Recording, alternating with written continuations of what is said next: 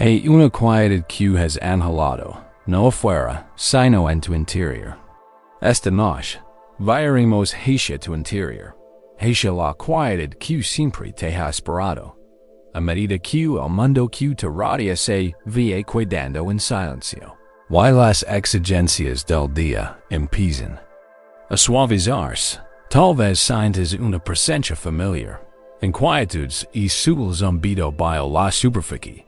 La mente acelerada, incluso cuando el cuerpo anhela reposo. Como un caballo salvaje galopando por una llanura interminable. Los pensamientos sobre las preocupaciones del mañana y los arrepentimientos del ayer se persiguen, creando un torbellino de parlatio mental. No estás solo en esta tierra y afloya. Entre el deseo de paz y la insistencia de la mente. Es una experiencia humana común. Esta sensación de estar atrapado en una corriente agitada, incapaz de encontrar un ancla.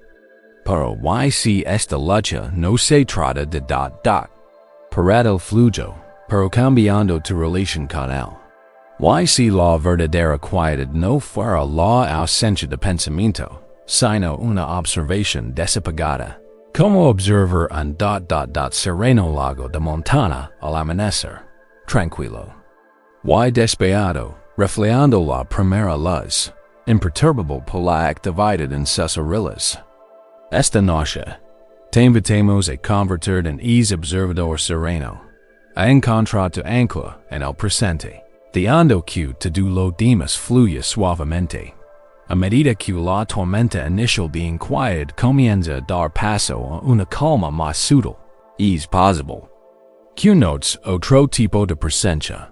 Los susurros de ansiedad estas no son las fuertes alarmas, sino los ecos silenciosos y persistentes de tareas inconclusas, conversations sin resolver o incertidumbres futuras. Es la sensación de desorden mental. Una niebla difusa que te impide sumergir por completo en la paz. A menudo nos aferramos a estas preocupaciones, levándolas como pesadas cargas, convencidos de que debemos aferrarnos a cada joya de nuestro día. Pero que pasa así, como un arboleda antigua y extensamente, la luz motada se filtra entre las joyas. ¿Podrías aprender la sabiduría de la liberación natural? Y si cada pensamiento, cada preocupación, cada tarea, como una joya, tuviera su temporada de caer, regresando a la tierra para nutrir lo que está por venir. Este viaje te invita a reconocer estos susurros y a permitirlos descender suavemente, creando una ligereza que permite el verdadero descanso. Con ese suave desprendimiento, a menudo se revela otra tensión sutil. El lugar de expectativas rígidas y la lucha por controlar los resultados es nudo silencioso en el estómago. Es sutil apretón de mandíbula, nacido del afán de perfección que nunca liga. Intentemos forzar la vida, o en nosotros mismos, a adoptar una forma predeterminada, creyendo que la verdadera paz solo se encuentra cuando todo está resuelto. Para la vida, como un delica de flor desplegando lentamente sus pétalos revela su belleza inherente sin esfuerzo. Que pasaría si el verdadero florecimiento no se forzara, sino que se permitiera? Y si pudieras liberarte de la prisión de apreciar la floración, confiando en que la sabiduría de la vida se desplegara en su momento perfecto. Esta noche, exploraremos con ternura ese sutil esfuerzo, invitando de relajarte y descubrir la profunda belleza del proceso pasado de ligar. A medida que suavizas el lugar, puede salir a la superficie una capa más vulnerable, las sutiles panzadas. De duda o incompetencia estas son las voces internas insidiosas que susurran críticas, cuestionan tu valor y repiten historias de no sentirte suficiente. Es el peso emocional de cargar con una imperfección oculta, que te impide sentirte verdaderamente gusto. Como Seos en un vasto y silencioso canon bio en cielo estrellado tu propia voz regresa, amplificando tus miedos. Pero, si estos ecos son meros reflejos de tu diálogo interno, no verdades definitivas. Si, en el profundo silencio que surge al dejar de gritar al vacío del autojuicio, descubres una luz tenue y etérea, el faro inquebrantable de tu propio valor inherente. Este viaje te invita a dejar de alimentar los ecos, a descansar en la inmensidad que los alberga, y a percibir la autoaceptación que siempre ha esperado tu silencioso regreso. A medida que la duda sobre uno mismo se suaviza, es posible que tomes conciencia de un tipo diferente de ángelo, una sensación tranquila de insatisfacción, o una sensación de que se han ignorado las corrientes más profundas de la vida dada. Es un ángelo de propósito, de significado, un susurro de una pasión latente. A menudo pasamos la vida persiguiendo la gran carpa plateada, un único y grandioso logro que creemos que traerá la felicidad suprema, pasando por alto la riqueza del viaje en sí. Para la verdadera satisfacción no se encuentra alcanzar un destino lejano, sino en abrazar la corriente del río de sueños olvidados en sí. Como un río lento y serpenteante al anochecer, con reflejos del cielo, encarna la naturaleza pasada del verdadero propósito. Que tal si de mere satisfacción no reside en lo que atrapar, en simplemente estar presente con el flor de cada momento, permitiendo que los sueños olvidados se agiten suavemente dentro de ti, lavados sin esfuerzo por la propia corriente de la vida. Mientras descansas en ese suave flujo, es posible que notes otra atracción sutil, la tendencia a aferrarse a heridas del pasado o ansiedades futuras, impidiendo habitar plenamente el presente. Es un tiro y afloyamiento que desvía tu energía del aquí y ahora, una sutil sensación de que la paz se te escapa. Nos aferramos a lo que fue o nos esforzamos por lo que será, pidiéndonos la profunda plenitud que ofrece cada segundo que pasa. Pero la verdadera apreciación surge cuando soltamos este deseo de aferrarnos, decir o hacer permanente lo que es inherentemente transitorio. Como en una sola gota de rocío luminosa sobre una hoyacan, un universo de reflexiones, la riqueza del momento presente es completa y perfecta en su efímera existencia. Que pequeño y perfecto momento estás pasando por alto ahora mismo, acarando un pasado que ya no existe o un futuro que aún no ha llegado. Esta noche, te invitamos a soltar, a sumergir en la profunda simplicidad de simplemente ser aquí, ahora, completo y entero. Con esta profunda presencia, puede surgir otra tensión sutil, la incomodidad de la imperfección y la prisión de tener todo resuelto. Es la carga silenciosa de siempre esforzarse por un futuro perfecto, creyendo que la verdadera paz solo liga con la perfección. Para la vida, como una tapas intrincado en un telar, con hilos esperando a ser tejidos, es un proceso continuo de transformación. Que tal si tu belleza no reside en un estado fío y completo, sino en el acto continuo de creación, en la obra maestra en desarrollo que es tu vida? Si tus imperfecciones no fueron defectos, sino partes essentials y hermosas de tu deseo único, espacios de potencial que esperan nuevas formas? Esta noche, te invitamos a abrazar la belleza de tu propio desarrollo, aceptando que la verdadera plenitud no se encuentra en la perfección, sino en el intrincado y continuo viaje del ser. A medida que abrazas te tapes que se despliega, es posible Q encuentros momentos de duda o sentirse perdido cuando la claridad parece nublada. Es una incertidumbre silenciosa, una sensación de andar a tientas en la oscuridad cuando el camino por delante parece confuso. Un ángelo de una luz que nos guía. A menudo buscamos una gran iluminación, una joya de ruta clara para todo el viaje. Pero, why si incluso en la niebla más densa, una luz pequeña y constante es suficiente. Como una linterna parpadeante en una densa niebla ofreciendo una guía amable de conciencia interior. Ilumina los próximos pasos. En que pequeña luz puedes apoyarte ahora mismo, incluso si el camino por delante no está claro. Esta noche, confiemos en que la sabiduría se revela gradualmente, un paso tranquilo a la vez, guiándote hacia adelante con paciente confianza. Con esta nueva confianza, es posible que percibas la presencia abrumadora del ruido externo y las constantes exigencias del mundo. Es el parlatio incesante de obligations, expectativas y información, lo que capta tu atención y te hace perder el centro.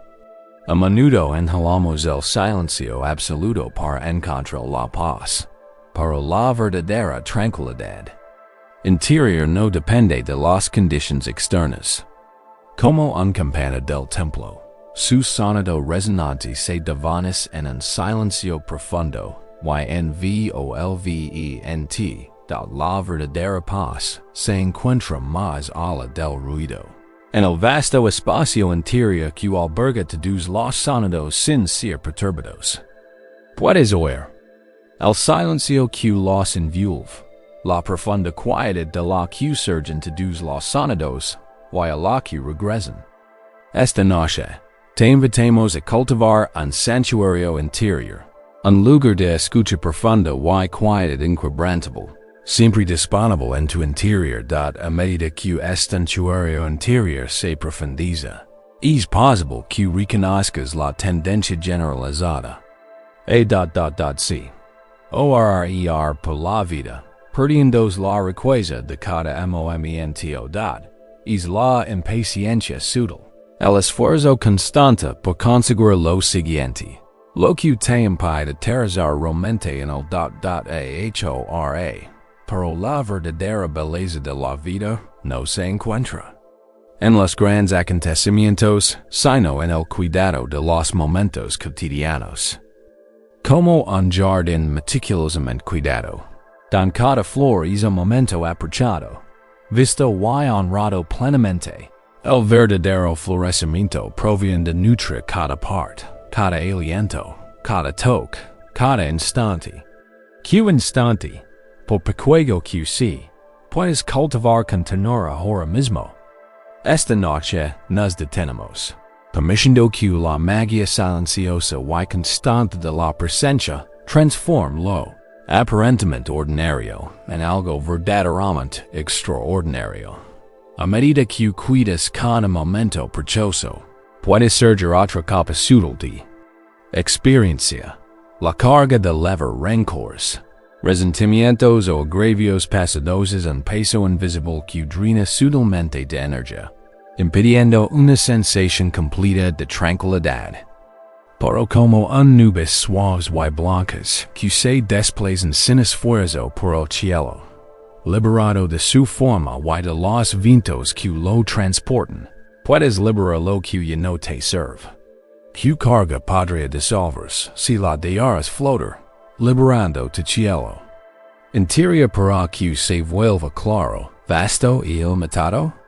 Esta noche, practicamos el arte del desapego, permitiendo que las viejas heridas se dispersen, sin dejar rastro de amargura.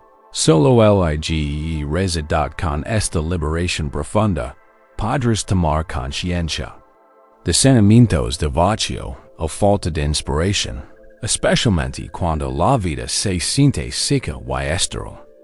Es una desesperación silenciosa, una sensación de espíritu sediento de alimento. Pero la verdadera abundancia y alegría pueden surgir incluso en circunstancias difíciles. Desde dentro. Como en una flor única y vibrante en un paisaje desértico. Y austeral encontrar su propio elemento y belleza en circunstancias aparentemente imposibles. Tu espíritu posee una resiliencia innata. Tan puedes encontrar una semilla de belleza o esperanza, incluso en un lugar aparentemente herido dentro de ti. Esta noche, te invitamos a conectar con tu profundo pozo de vitalidad interior, descubriendo que tu capacidad de florecer es intrínseca, una fuerza poderosa que espera expresarse. A medida que su vitalidad interior emerge, usted podrá experimentar lo siguiente. Distracción del ruido externo y tendencia a ensayar mentalmente conversations o discusiones es el ruido interior el que te impide escucharte verdaderamente a ti mismo y a los demás. Pero la verdadera sabiduría surge de la escucha profunda. Como un bosque tranquilo don cada sonido, desde una hoja que se hasta un boliano, se escucha con claridad y presencia la verdadera receptividad permite que surjan las percepciones. Que susurros internos puedes percibir sin involucrar. Permitiendo que el mundo y de sabiduría interior te hablen sin interrupciones. Esta noche, cultivamos el arte de la escucha profunda, creando espacio para una conexión y comprensión profundas.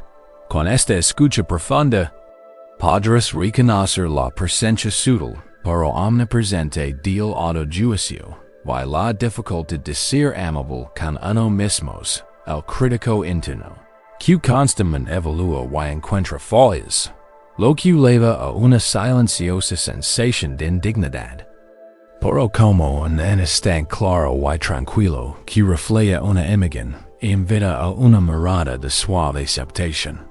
De verdadero ser merece una compasión infinita. Que pasaría si te miraras con la misma bondad amorosa que la ofreces a un buen amigo? Esta noche, cultivamos la autocompasión, transformando el juicio en profunda comprensión. Permitiendo que la paz interior surja de esta profunda autoaceptación. A medida que tu crítico interno se suaviza, es posible que sientas las ansiedades sobre el futuro, la necesidad de saber que sig y el miedo a lo desconocido es la tensión.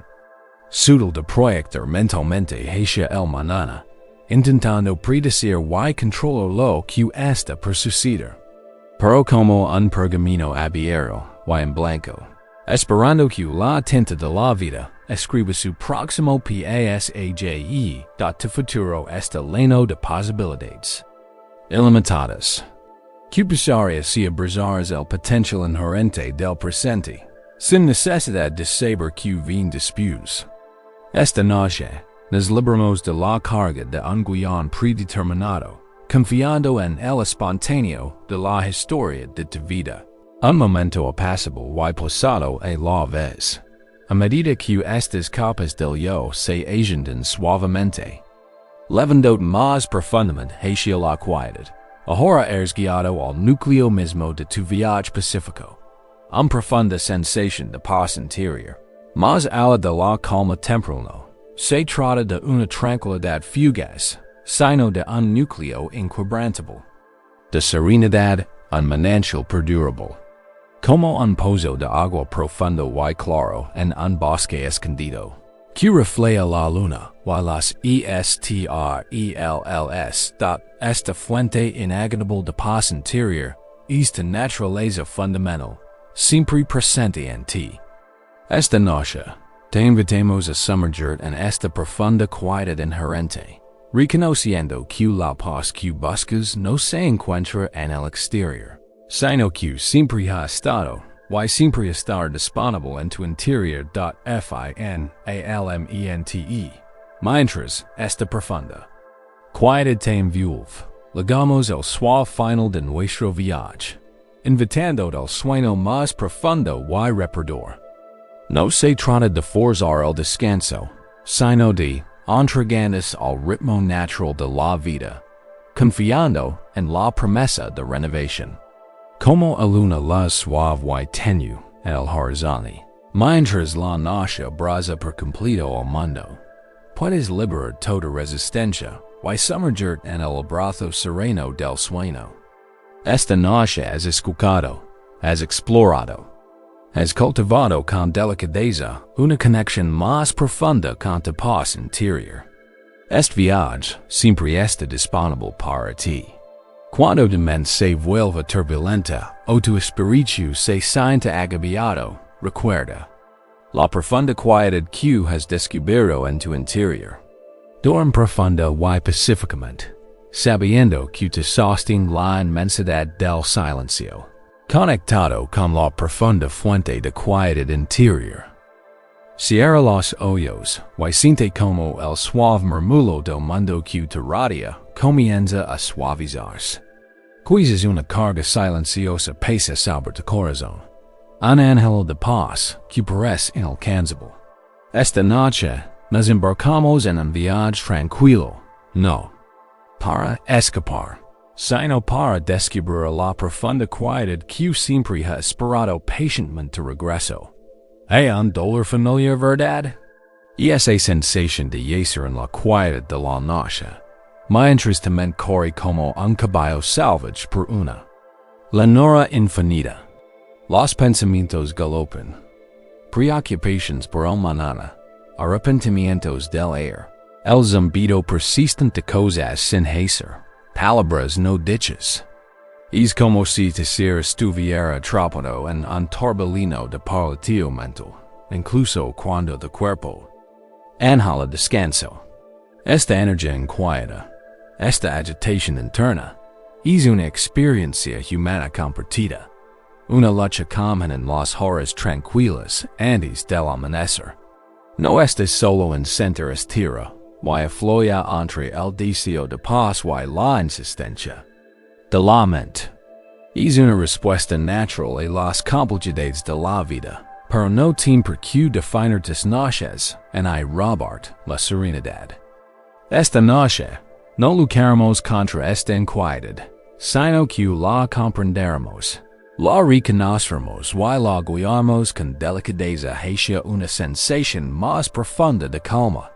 Imaginen por un momento a un joven, monje lamot o kale, vivía en un monasterio remoto, enclavado junto a un caudaloso río, conocido por sus rápidas corrientes y rápidos.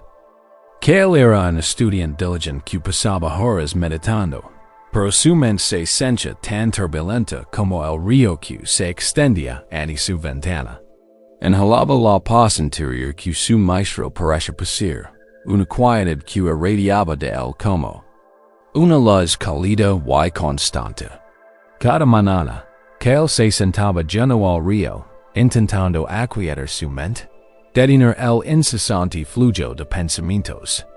Apretaba la mandíbula, tensaba los hombros y se frustraba con cada nueva oleada de distracciones. Cuando más lujaba, más fuerte parecía volverse la corriente de sus pensamientos. Su frustración aumentaba con cada amanecer y la sola noción de tranquilidad interior se lantejaba un sueño lejano y burlón.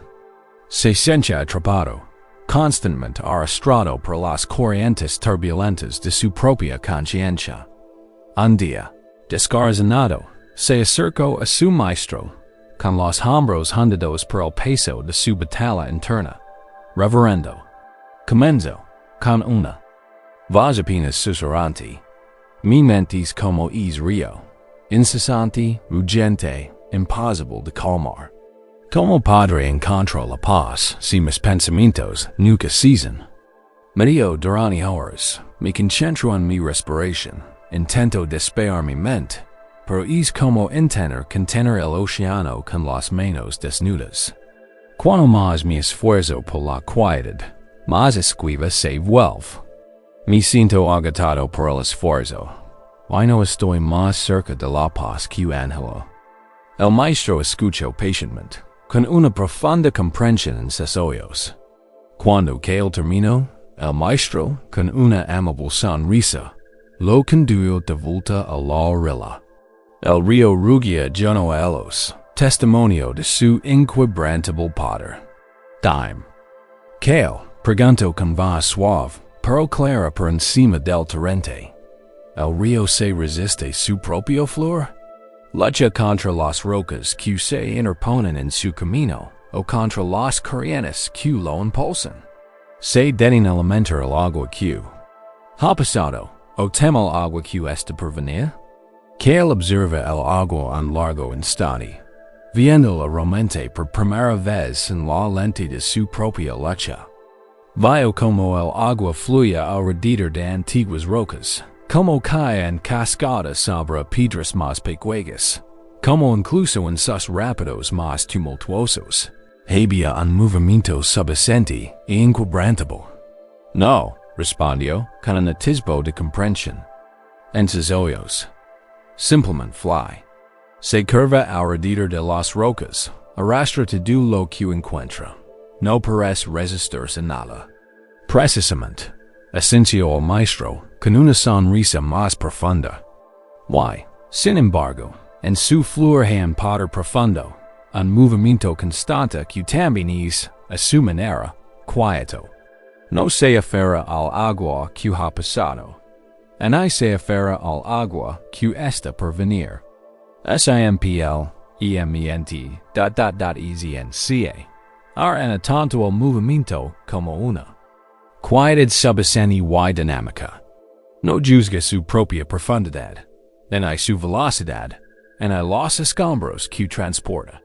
Simplemente permite que deduce y continúe su viaje. El maestro señaló entonces una sección particularmente turbulenta del río, donde el agua se estrellaba contra las rocas sumergidas, elevando el agua por los aires. Tement que él, no. Está hecha por ser un estanque estancado. Es un río. Es natural que fluya, que tenga corrientes, que transporte pensamientos y sensaciones. La lucha no proviene de los pensamientos en sí, sino de tu resistencia a ellos, de tu deseo de que season por completo, o de que son diferentes de lo que son. Estás intentando contener una fuerza natural, y ese esfuerzo solo genera agotamiento. Prueba esto, continuó el maestro con su voz como un balsamo relajante. Siente lleno al río, no como un nadador atrapado en la corriente, sino como el observador en la orilla. Simplemente observa. No intentes detener el flujo del agua. No juzgues su velocidad ni su sonido. No intentes separar las joyas de las ramitas. Simplemente observa. Observa cómo flotan las joyas, cómo la luz danza en la superficie, cómo el agua sortea cada obstáculo.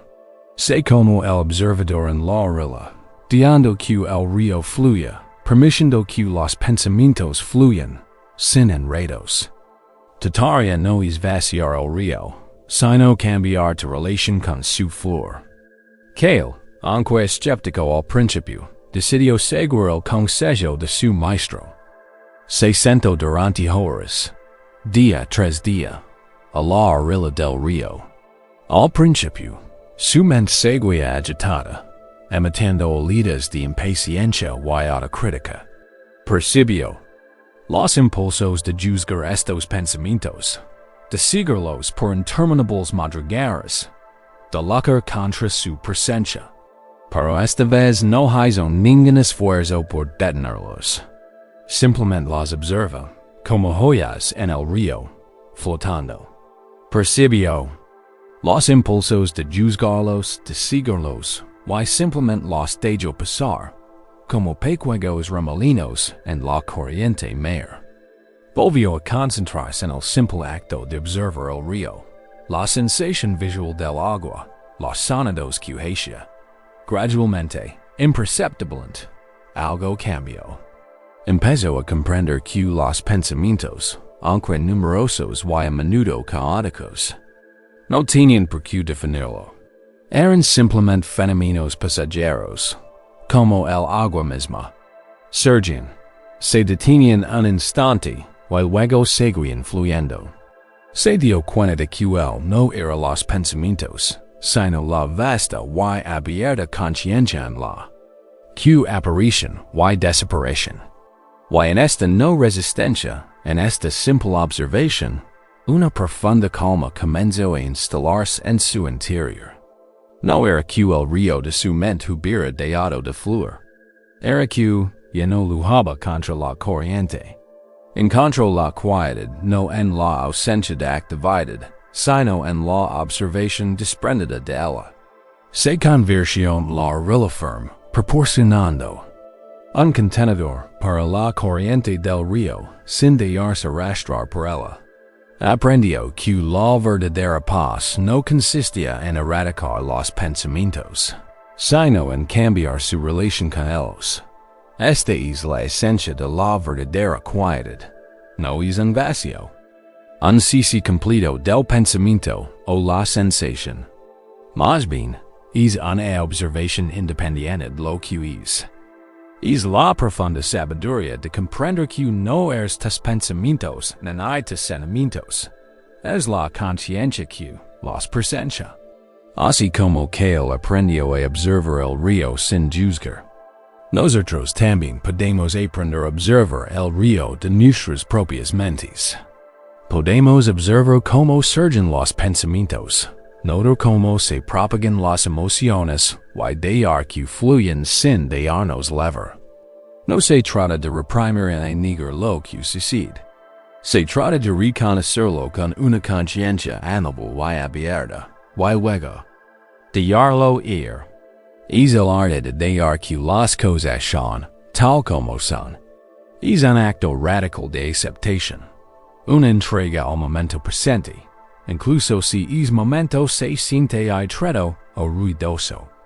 Es una invitación a alejarse de la contienda, a crear un poco de distancia entre el pensamiento estás pensando. Nuestro viaje de esta noche te invita a ser como el sereno lago de montaña a la amanecer mañana. Este lago, su superficie, imperfecta, quietud, reflejando el primer destello de luz, los imponentes picos y el vasto y despejado cielo.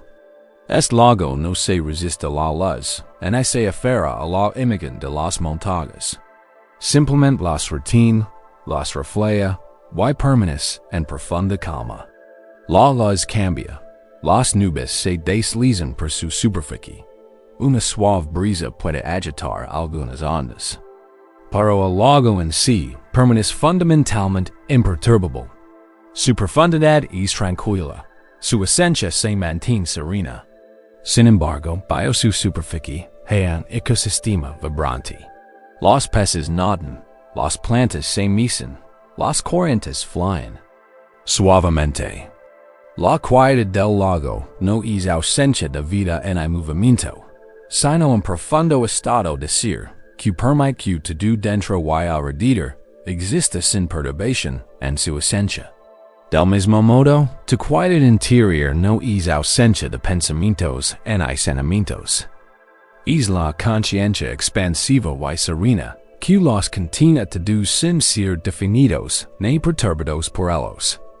Es la esencia tranquila y clara de ser, siempre presente, esperando ser redescubierta bajo la superficie de tu mente ocupada. Es la base. Estable sobre la que el drama de tu día puede desarrollarse, sin que se tambaleen tus cimientos. Mientras yeses aquí, quizás puedes sentir los sutiles movimientos en tu interior, el subir y bajar de tu respiración, el suave latido de tu corazón. Son ritmos naturales, como las tranquilas corrientes bajo la superficie del lago o los sutiles movimientos del aire que lo rodea. Que pasaría si permites que los pensamientos que surgen fueran simplemente como ondas en este lago? Aparecen, se extienden y luego se disuelven en la inmensidad. No necesitas perseguirlos, aferrate. Ellos ni alejarlos. Simplemente observalos, como observarías las ondas en un lago tranquilo. Observa su ir y venir, sin juzgarlos, sin necesidad de cambiar nada, simplemente dejarlos ser. Esta suave observación, esta silenciosa aceptación, es el primer paso para invitar a esa profunda quietud e instalarse en tu interior. Es un acto simple, pero profundamente transformador. Siente el apoyo debajo de ti, la suave fuerza de la gravedad. Deja que tu cuerpo se hunda más, liberando cualquier tensión que puedas estar reteniendo. Con cada exhalación, imagina que te relajas, que te sueltas un poco más. No te esfuerces, no te fuerzas, solo permites. Permite que los sonidos que te rodean sean solo sonidos, sin etiquetarlos como buenos o malos, distractores o reconfortantes. Simplemente son parte de ese momento, como el viento susurrando entre los árboles o lejano canto de un búho. Deja que los pensamientos aparezcan y desaparezcan en tu mente, como nubes que flotan en el vasto cielo abierto. No te involucres con ellos, no los sigas, simplemente obsérvalos. Cuando tu mente te sumerge en una historia o una preocupación, simplemente reconócelo y, con suavidad y paciencia, dirige tu atención de vuelta a tu respiración o a la sensación de tu cuerpo descansando. En ese momento de quietud, en esta observación apacible, ya estás conectando con esa profunda fuente de quietud interior.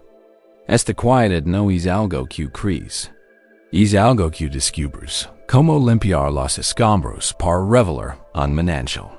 Siempre ha estado ahí, bajo la superficie de la actividad mental. Que pasaría si simplemente pudieras observar la respiración? Un primer ancla en el momento presente, dejando que todo lo demás fluya suavemente, como que el observando el río, o como el lago reflejando el amanecer. Solo esta suave conciencia, solo esta respiración, solo este momento. Descansa en este conocimiento, a medida que la profunda quietud del lago comienza a sentarse. Una nueva capa de la noche se despliega, a menudo trayendo consigo las sutiles ansiedades que persisten del día. No se trata de las preocupaciones ruidosas y clamorosas que te mantienen en quietud momentos atrás, sino del zumbido silencioso y persistente de tareas inconclusas, conversación sin resolver o zumbido sordo, de las incertidumbres futuras. Es como si, al aquietar la mente, su tormenta inmediata, una niebla mental más ligera y difusa comenzara a infiltrarse. Es la sensación de estar ligeramente desincronizado, de levar el fantasma de las exigencias del día, incluso a la santidad de la noche. Quizás un pensamiento susurra, ¿oíd algo importante? ¿O que de la reunión de mañana? Es una tensión sutil, una leve incomodidad que te impide sumergir por completo en la paz que anhelas. Podrías sentir una ligera atracción hacia las preocupaciones del día, una ligera tensión en la mandíbula o una sutil tensión en el seno. Es natural. Nuestras mentes están acostumbradas a planificar, a resolver problemas y a retener información. Pero esta noche, exploraremos una forma diferente de relacionarnos con estas preocupaciones persistentes, permitiéndoles que se disuelvan poco a poco. Consideremos la historia del maestro Jin, un venerado maestro zen conocido por su profunda tranquilidad en medio de la incesante actividad de su aldea. Su monasterio no estaba aislado en la cima de una montaña, sino enclavado justo al borde de un delicioso mercado, un lugar de constante ruido, charla y comercio.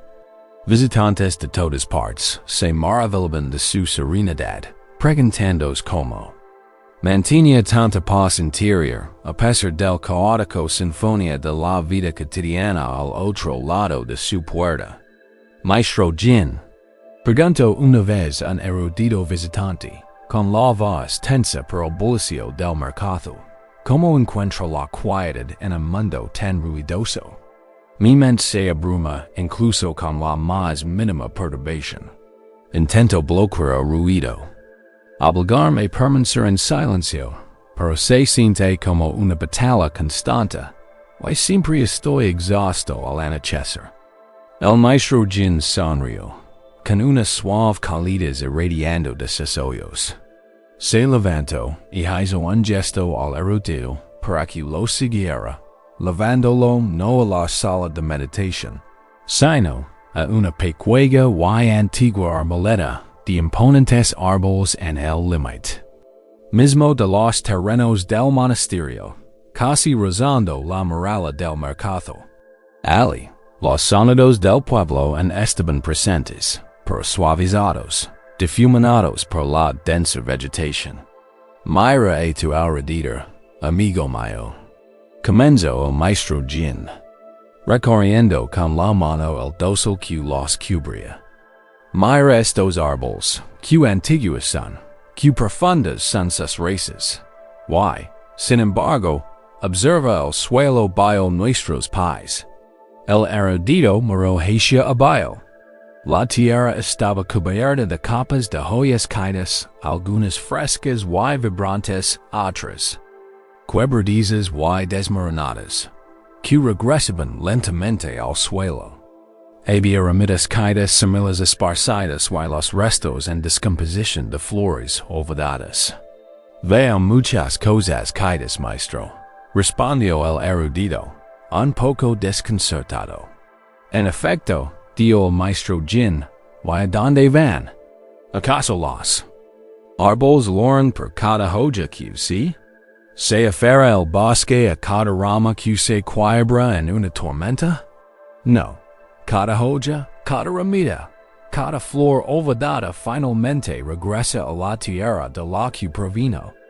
Cumple su propósito, experimenta su estación y luego se libera, convirtiéndose en alimento para lo que está por venir. Este es el ciclo natural. El bosque no lucha contra él, lo abraza. Permite que lo que ha cumplido su propósito descienda suavemente, abriendo espacio para un nuevo crecimiento, para una nueva luz. Hizo una pausa, dejando que el suave susurro de las hojas en la brisa llenara el silencio. Tement, querido erudito, se parece mucho esta arboleda milenaria. A lo largo del día, surgen innumerables pensamientos, se acumulan experiencias, se realizan tareas, se sienten emociones. Son como las hojas y las ramas que nutren de camino. Pero cuando su estación termina, cuando su propósito inmediato ha cumplido, ¿las dejas caer? ¿Entiendes aferrar a cada hoja, a cada pensamiento fugaz, a cada preocupación, temiendo que, si lo dejas ir, se pierda algo vital? Los ojos del erudito se abrieron de par en par al reconocerlo. Se dio cuenta de cómo repasaba conversations. Incansablemente, rehecha tareas mentalmente, se aferraba a la ansiedad por el futuro, y reflexionaba sobre errores pasados. Se aferraba a cada hoja de su día, creyendo que era su deber cargar con todo. Pero ¿cómo lo suelto, maestro? Pregunto, con la voz lina de ángelo de liberación. Siento como si estuvieran atrapadas, aferradas a mis ramas. El maestro Jin recogió una hoja quebradiza y dorada que acababa de caer de una rama sobre ellos. La sujeto con suavidad. No fuerzas la hoja a caer. No sacudas la rama con violencia. Simplemente permites que complete su ciclo. Reconoces su presencia, comprendes su propósito, y confías en que la naturaleza segura su curso. Paralelamente, esto significa reconocer el pensamiento o la preocupación. Quizás incluso agradecer la información que una vez te proporciona, y luego soltarla suavemente. Crees un espacio de permiso para que descienda, sabiendo que regresar a la inmensidad de la que provino, Quizzes incluso enriqueciendo la tierra de paisaje interior para que crezca una nueva conciencia. La clave de la comprensión zen. Iluminada por las enseñanzas del maestro Jin, es la impermanencia de todas las cosas, inclinando nuestras preocupaciones. Así como cada hoja finalmente sí, cada pensamiento, cada emoción, cada tarea, cada preocupación tiene su momento. Surge, cumple su propósito, aunque solo sea transitorio, y luego está listo para ser liberado. Nuestra lucha surge cuando intentemos aferrarnos a lo que está destinado a pasar, cuando nos aferramos a los pensamientos como si fueran realidades sólidas y permanentes. Cuando comprendemos la impermanencia, nos damos cuenta de que la preocupación es solo un pensamiento, la ansiedad solo un sentimiento, y que son, por naturaleza, transitorios. Pasarán como las nubes en el cielo, como las hojas que regresan. El no se trata de ignorar tus responsabilidades en de volver indiferente. Se trata de reconocer que aferra duo las preocupaciones que van más allá de su propósito activo, solo creen un peso innecesario. Podría surgir el pensamiento de la reunión de mañana. Lo reconoces, quizás incluso lo recuerdas si es realmente necesario. Pero luego permites que el pensamiento se suavice y se disuelva, sabiendo que puedes retomarlo a la luz del día. No necesitas cargarlo como una pesada piedra en el bolsillo toda la noche. Esta amable aceptación de la naturaleza pasajera de todos los fenómenos crea una ligereza en el ser, una amplitud mental que permite el verdadero descanso. Es el profundo alivio de dar cuenta de que no tienes que cargar con cada hoja de tu día en la noche. Nuestra metáfora central para es profundo. De arcer es una arboleda antigua, y extensa visualiza esta arboleda en tu mente. Es vasta y sabia, con árboles que se han mantenido en pie durante siglos, con sus ramas extendiéndose hacia el cielo, y sus raíces profundamente arraigadas en la tierra. La luz del sol se filtra a través de la densa copa de los árboles, creando un mosaico apacible y cambiante en el suelo del bosque. El aire es fresco, con el aroma de la tierra húmeda y la madera antigua. En esta arboleda hay un ritmo natural de vida y liberación. Las hojas susurran y can. Las semillas se dispersan. Las ramas pueden romperse ocasionalmente durante una tormenta. Pero la arboleda permanece, vibrante y viva. No se aferra a sus viejas formas. Se renueva constantemente, mediante un proceso de desprendimiento suave. Esta arboleda encarna la sabiduría y la aceptación suave del cambio. Prospera no aferrándose a todo, sino liberando con gracia lo que ha cumplido su propósito, permitiendo nutrir la tierra que se encuentra debajo. Nos enseña que la verdadera fuerza no reside en la resistencia, sino en el fluir. No en la acumulación, sino en la liberación suave. Mientras yaces aquí, sentate dentro de esta antigua arboleda, quizás puedes percibir el aire fresco y tranquilo, la suave luz que se filtra. Y al igual que la arboleda, siente los suaves susurros de las preocupaciones del día, los pensamientos persistentes, las sutiles ansiedades que surgen en tu interior. No luches contra ellos. No los rechaces. En cambio, reconoce su presencia. Con una comprensión serena, como reconocerías una hoja que se de una rama. Considéralos como algo distinto de ti, como algo que ha surgido en el espacio de tu conciencia. Ahora, imagina cada uno de estos pensamientos persistentes o preocupaciones. Sutiles como una sola hoja seca, quizás un poco cobradiza, a punto de caer. No necessitas agarrarla. No necessitas analizarla en afuera de ella. Simplemente observala. Reconoce su presencia. Quizás susura mentalmente. Te veo pensamiento. Oh, reconozco preocupación. Y luego, con una suave exhalación, imagina. Esa hoja se desprende suavemente de la rama de tu mente. Observa descendiendo en espro, lenta y elegantemente, regresando a la vasta y nutritiva tierra que hay debajo de ti. Se une a las innumerables joyas que han caído antes, formando parte del ciclo natural, sin necesidad de que la sostengas en la cargas, permite que tu mente se amplie, como el cielo abierto sobre el bosque, lo suficientemente vasto como para albergar todos estos fenómenos pasajeros sin ser perturbado por ellos. Siente el suelo bajo tus pies, sosteniendo, tal como la tierra recibe las joyas caídas. No hay necesidad de apresurar este proceso, simplemente permítelo.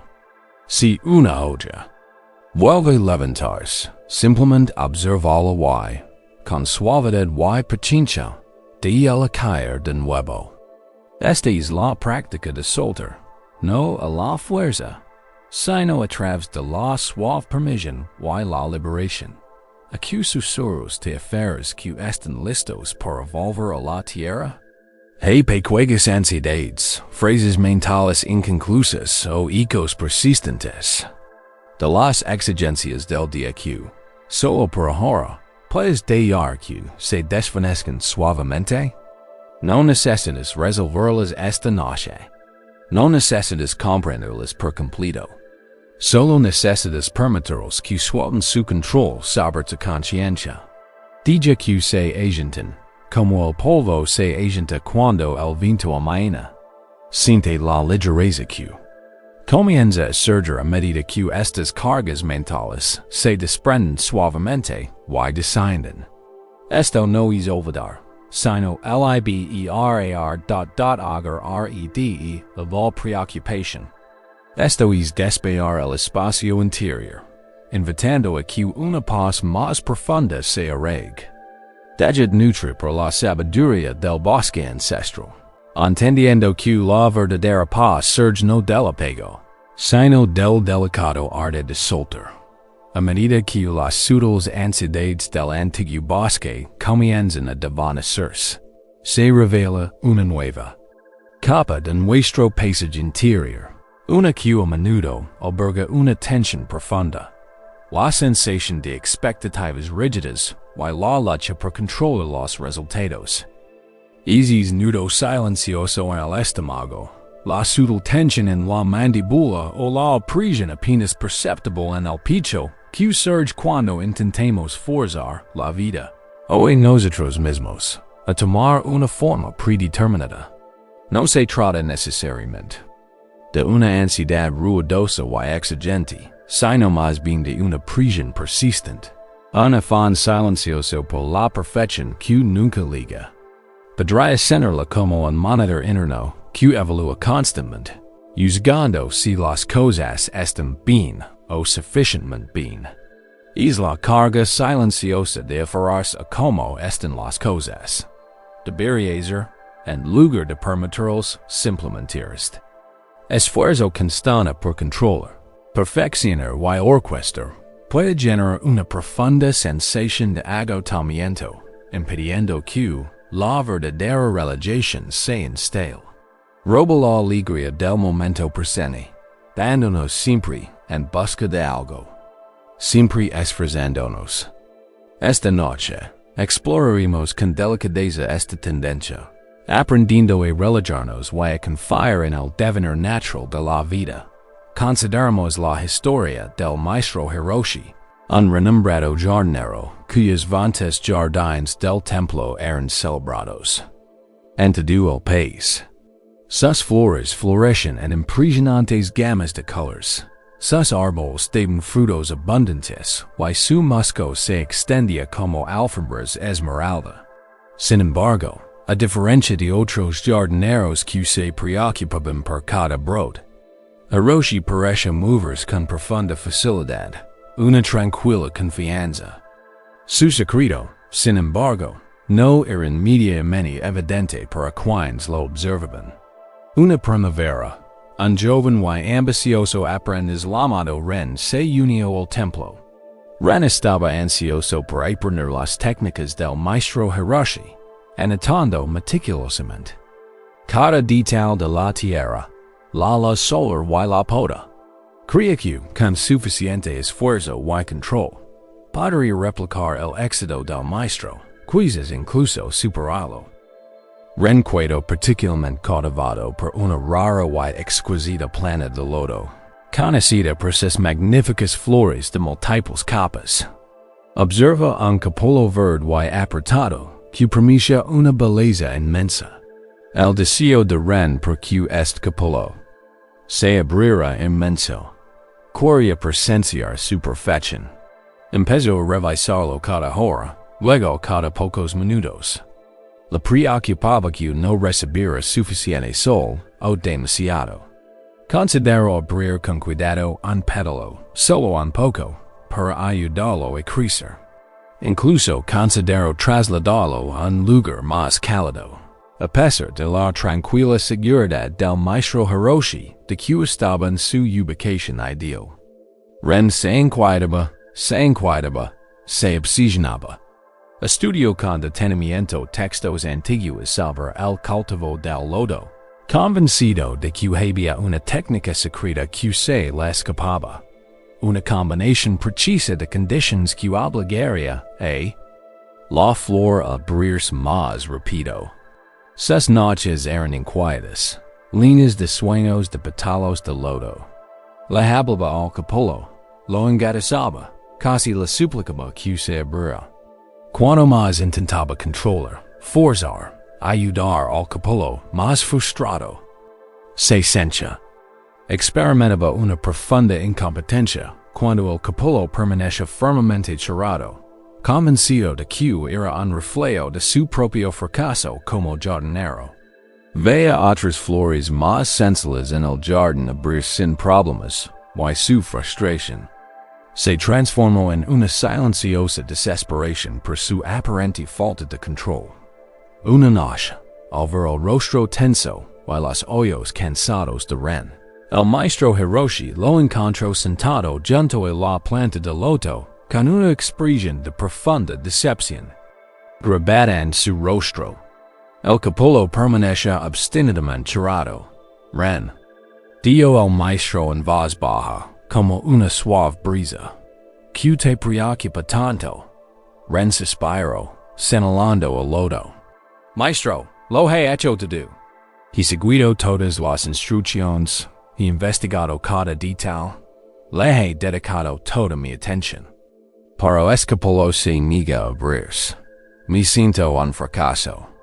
Parece que no puedo y si y lo que sé, supongo que debe ser. ¿Por qué no responde a mis esfuerzos? El maestro Hiroshi se arrodilló junto al joven aprendiz, con la mirada fija en el apretado capullo verde. Ren, explicó, el capullo de loto no se resiste a florecer, voluntad abierta, pero tiene su propia sabiduría, su propio ritmo perfecto. Intentas forzar una sinfonía antes de que lleguen los músicos, antes de que los instrumentos estén afinados. Intentas atraer el sol al cielo antes del amanecer. Una flor no flores porque se lo orden, flores porque está lista. Su desarrollo es una danza sagrada con el tiempo, con laws, con su propia esencia interior. Tu esfuerzo, aunque nacido de la buena intención, solo crea tensión, tanto en ti como alrededor del capullo. Eres como un niño que intenta avivar el viento gritando. El verdadero crecimiento, el verdadero desarrollo, no se puede forzar. Hay que permitirlo. Continue. Mi tarea como jardinero no es forzar, sino nutrir. Me aseguro de que el suelo esté sano, el agua sea pura, la luz sea suficiente. Elimino lo que obstaculiza su crecimiento, pero nunca intento si a la flor misma, o dicta su propio horario. Confío en su naturaleza inherente. La flor sabe cómo desplegarse. La semilla sabe cómo germinar. De papel es creo las conditions para que florezca, y luego dar un paso atrás con observación paciente y confianza. La belleza del despliegue está en permitir, no en forzar. Renescucho. Las palabras del maestro se asentarán lentamente en su mente ansiosa como el rocon. La tierra reseca. Pensó en su propio esfuerzo constante, su necesidad de controlar cada resultado, de superarse a sí mismo y a los demás. Se dio cuenta de cuánta tensión cargaba, siempre intentando apretar la floración, siempre intentando perfeccionar. El pétalo. Se sentó allí, no haciendo cualquier cosa, pero simplemente cerca en el capullo, sin intentar cambiarlo. Simplemente lo observaba, respirando con él.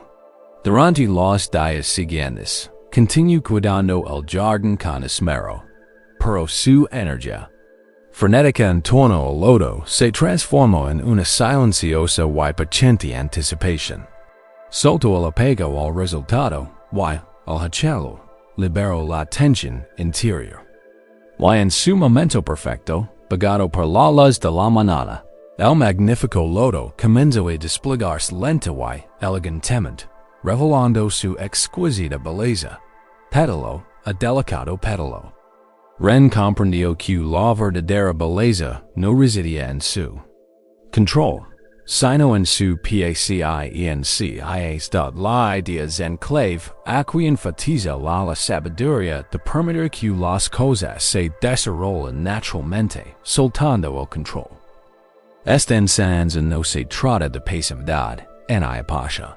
Se trata de discernir que está dentro de nuestra esfera de influencia y que no podemos proporcionar el terreno fértil, la luz, el alimento.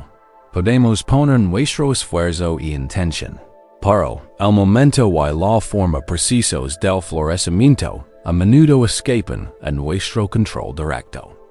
Cuando intentemos forzar resultados, apretar procesos o aferrarnos rígidamente en nuestras expectativas de cómo funcionan las cosas, debería ser, creemos una inmensa resistencia interna. Esta resistencia se manifiesta como ansiedad, frustración y incapacidad para vivir plenamente el momento presente, porque nos proyectamos constantemente hacia un futuro imaginario, exigiendo su cumplimiento. Esta visión nos anima a cultivar confianza en los ritmos naturales de la vida, en tu capacidad innata de crecimiento, y en que las cosas se desarrollan a su debido tiempo, a menudo de maneras que no podríamos haber predicho ni diseñado. Se trata de dar atrás la ilusión de que podemos dictar cada detalle y, en cambio, dejarse llevar por la corriente. Al liberarte de la necesidad de controlar lo que sucede, creas espacio para la gracia, la facilidad y la sorprendente belleza que emerge cuando permites que la vida se exprese a través de ti, en lugar de intentar someterla. Est soltar los rígidos, debería, y debería, libera una enorme cantidad de energía mental y emocional, permitiendo relajarte en el presente. Nuestra metáfora central es una delicada flor, desplegando lentamente sus pétalos revelando su belleza inherente sin esfuerzo. Cierra los ojos y visualiza este exquisito proceso. Observa un capullo firmemente cerrado, que alberga en su interior la promesa de un color vibrante y una forma intrincada. Observa cómo, a su propio ritmo, tocados por la luz del sol y nutridos por el agua, los pétalos exteriores comienzan a separar suavemente. No hay fuerza, ni un estallido repentino. Es una expansión lenta, deliberada y completamente natural. Cada pétalo emerge con una gracia que proviene de su interior, desplegando a la perfección, sin necesidad de ser empujado en iterado. La flor sabe exactamente cuándo y cómo revelarse. Su belleza es de su sabiduría inherente y pasada. No se compara con otras flores, en I juzga su propio ritmo. Simple, ement, y en su ser, se vuelve magnífico. Mientras te recuestas aquí, siente de propio cuerpo y mente. Donde estás manteniendo la atención, esforzando o intentando forzar un resultado? Quizás una situación en el trabajo, una relación o incluso de propio sueño esta noche. Hay una parte de ti que intenta abrir un brote antes de que esté listo. Observa ese impulso de controlar, de perfeccionar, de hacer que las cosas sucedan más rápido o de forma diferente. Reconócelo, sin juzgar. Esto es simplemente un hábito de la mente. Un patrón de esfuerzo que a menudo aprendemos. Desde juegos. Ahora, concentra tu atención en tu respiración. Siente su ritmo natural sin forzarlo. No necesitas forzar la respiración, simplemente respira sola. Con cada inhalación, imagina que incorporas una suave sensación de aceptación. Con cada exhalación, imagina que te relajas, liberas, sueltas. Una pequeña zona donde te esfuerzas demasiado. Visualiza como esa energía del esfuerzo se derrite, como el hilo que se libera bajo el calor del sol. Piensa en un área específica de tu vida, o incluso en un solo pensamiento. Dan intentas forzar un resultado, o te aferras a una expectativa rígida. Podría ser la expectativa de que debudar, ese dormido inmediatamente, o que hay un problema de resolver para mañana, o que usted hoy has reaccionado de forma diferente a algo. Identifica es bro que intentas acelerar. Ahora, imagina sostener es capullo con delicadeza y de conciencia, sin intentar abrirlo, sino simplemente observándolo con amabilidad y paciencia. Tal como el maestro Hiroshi cuidaba su loto, cultivó la confianza en el proceso natural. Susurra para ti mismo. Esto también se desarrollará a su debido tiempo. O libero mi necesidad de controlar este resultado. Siente como tu cuerpo se ablanda al decir estas palabras. Deja que tu mente se relaje ante la situación, en lugar de aferrarse a ella. Esta práctica se trata de cultivar una profunda paciencia interior, una profunda confianza en la inteligencia de la vida misma. Se trata de comprender que el verdadero florecimiento no surge de nuestro esfuerzo incesante, sino de crear las condiciones para el crecimiento, presencia, amabilidad, aceptación, y luego permitir que la magia surja. Cuando liberas la necesidad de forzar la floración, creas espacio para la gracia espontánea. Te conviertes en un jardinero sabio, cuidando la tierra de decir, confiando en la sabiduría inherente de la semilla que llevas dentro. ¿En qué área pequeña puedes relajarte un poco? ¿Qué pasaría si permites que esa situación, esa emoción, esa expectativa, simplemente ser, confiando en que también se desplegará en su momento perfecto? Permitid instalarte en esta profunda aceptación, sintiendo la liberación de la tensión y la dulzura de tu paisaje interior. Así como el delicado pétalo se abre en su propia danza serena, también tu vida, tu ser, puede desplegarse con mayor facilidad y belleza cuando liberas la lucha y abrazas el poder silencioso de permitir. Deja que el acto mismo de soltar se convierta en tu esfuerzo más profundo esta noche. Descansa en la certeza de que eres completo y pleno, tal como eres, perfectamente imperfecto y siempre en desarrollo. A medida que se instala la suave liberación de las expectativas rígidas, Puede salir a la superficie una capa de experiencia interna más silenciosa y a menudo más vulnerable. Las pensadas sutiles y persistentes de duda o incompetencia estos no son los fuertes pronunciamientos del fracaso, sino las insidiosas voces internas que susurran críticas, cuestionan tu valía o te recuerdan tus aparentes defectos. Easy esa sensación de no estar a la altura. De cargar con una imperfección oculta que te impide sentirte verdaderamente tranquilo. Puedes sentirlo como una presión en el pecho, una ligera reticencia a expandir por completo, o una silenciosa contracción dentro de ti. Este coro interno puede ser increíblemente agitador, impidiendo abrazar plenamente tu valor inherente y encontrar un verdadero reposo. Es el peso emocional de no sentirte suficiente, una carga que llevamos en silencio, incluso en las horas más profundas de la noche. Esta noche, abordaremos con ternura estos ecos, reconociendo su naturaleza y encontrando un camino hacia la autoaceptación que sea a la vez suave y profundo. Imaginen a una viajera experimentada llamada Mara, reconocida por su valencia y ingenio, al recorrer los paisajes más traicioneros. Un viaje la llevó a un vasto cañón inexplorado, cuyas paredes se alzaban abruptamente, envolviéndola en un inmenso silencio. Al caer la noche, una niebla espesa y desconcertante se apoderó de ella, devorando rápidamente los contornos familiares del cañón. Mara, por primera vez en sus viajes, sintió una punzada de miedo. Estaba perdida de verdad, y la inmensidad acentuaba su vulnerabilidad. Presa del pánico, empezó a gritar pidiendo ayuda. Su voz resonaba dramáticamente contra las paredes del cañón.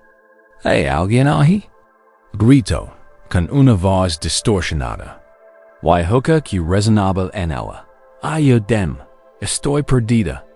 Cada vez su propia voz regresaba, a veces débil, a veces estremecedoramente chocana, haciéndola sentir más aislada y desorientada. Los ecos parecen burlarse de ella, repitiendo su miedo, amplificando su desesperación. Cuanto más gritaba, más perdida se sentía, atrapada en una cacofonía que ella misma había creado. La inmensidad del cañón parecía un espejo que reflejaba únicamente su ansiedad y desesperación. Cada llamada de auxilio le recordaba su situación, convenciéndola de que estaba realmente sola, completamente incapacitada para este desafío. Empezó a interiorizar los ecos, creyendo que eran juicios externos sobre su capacidad, en lugar de simples reflejos de su propia voz. Agotada por sus esfuerzos infructuosos y los ecos inquietantes, Mara finalmente se desplomó contra una fría pared rocosa. La desesperación la invadió, pesada y completa. No había nadie más, solo el eco de sus propias plicas. En ese momento de total rendición, cuando finalmente dejó de gritar, un silencio inesperado comenzó a descender. Los ecos, alimentados por sus gritos desesperados, se desvanecieron lentamente. A medida que el ruido frenético se apaciguaba, emergió una nueva sensación. Percibió la profunda quietud del propio cañón, un silencio tan profundo que parecía zumbador. Y entonces, sutilmente al principio, un tenue y etéreo resplandor comenzó a perforar la densa niebla sobre ella. Era la luna, muy por encima del borde del cañón, un rayo de luz que esperaba pacientemente que el caos se calmara. Mara contempló la luz de la luna, débil pero persistente, filtrándose a través de la niebla. No gritaba para llamar la atención. Ena exigia acción. Simplemente era, ofreciendo una suave y innegable luz. Se dio cuenta de que, al intenter desesperatum gritter para salir, al confiar en su voz externa, y sus ecos discordantes, había hecho oídos sordos a la sutil. Dia disponible. Las había estado ali todo el tiempo, esperando pacientemente a que cesara su lucha, acalara el clamor interno, y simplemente percibira. Empezó a seguir el tenue destelo, no con prisa frenética, sino con una confianza silenciosa, paso a paso cauteloso. La luz de la luna no iluminaba todo el camino, solo los siguientes metros, pero fue suficiente. Y finalmente, cuando la niebla comenzó a dissiparse con la llegada del amanecer, encontró la salida del Canaan, guiada no por sus gritos desesperados, sino por la luz sutil e inquebrantable que había descubierto en el silencio. El vision budista. Clave en el camino de Mara, está arraigado que la verdadera guía y la autoaceptación surgen del silencio interior, no de la validación externa ni de la autocrítica. Nuestras dudas, nuestros sentimientos de incompetencia, son a menudo como los ecos de Mara. Son reflejos de nuestro diálogo interno, amplificados por nuestra atención. Proyectamos nuestros miedos y juicios sobre nosotros mismos, y luego los escuchamos reflejados, confirmando nuestros defectos percibidos. Cuanto más nos involucramos con esta crítica interna, más fuerte se vuelve, creando un ciclo de duda que se refuerza. Esta perspectiva nos enseña que estas voces críticas no son la verdad definitiva sobre quién somos. Son fenómenos mentales, efímeros, como sonidos en un canon. Cuando dejamos de interactuar con ellos, cuando dejamos de gritar al vacío del autojuicio, su poder disminuye. En ese espacio de calma, la sabiduría, la claridad y la compasión innatas de nuestro verdadero ser pueden comenzar a emerger, como la luz de la luna a través de la niebla. No se trata de negar nuestras imperfecciones ni de fingir ser perfectos. Se trata de comprender que nuestro valor no depende de los logros externos ni de la ausencia de defectos. Nuestro valor es inherente, incondicionado y siempre presente, via las capas de autocrítica. El camino hacia la autoaceptación entonces no se trata de luchar contra la crítica interna ni de intentar convencerla de que se cale. Se trata de desviar tu atención de la voz resonante al espacio silencioso del que surge, while que finalmente regresa. Se trata de reconocer que eres el vasto Canaan, capaz de albergar estos ecos sin que te definan. Se trata de encontrar las sutil y inquebrantable de tu propia sabiduría innata, que siempre está disponible cuando el clamor se calma. Este es un cambio profundo.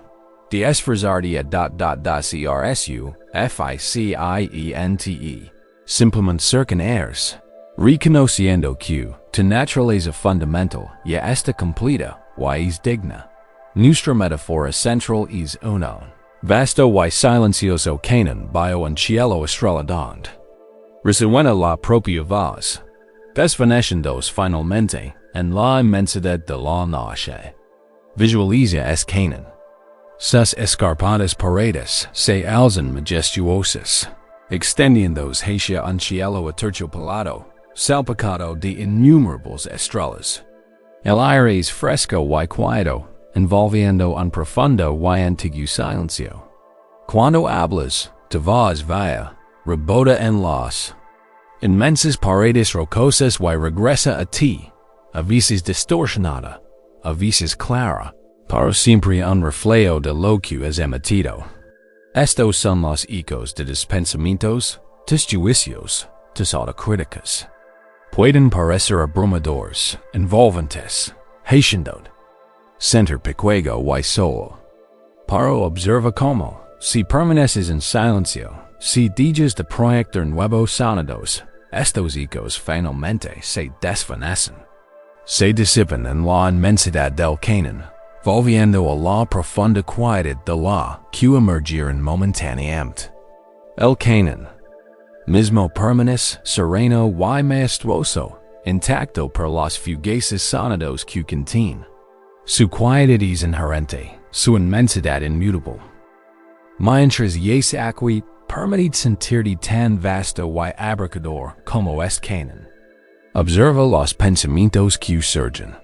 Quizás un recuerdo de un error que cometiste, una palabra de la que te arrepientes o una debilidad percibida. Estos son los sonidos, los susurros, los gritos que tu mente emite. Y luego, observa los ecos. Oís voces que dicen, no eres lo suficientemente bueno. Deberías haberlo hecho mejor. Tienes este efecto.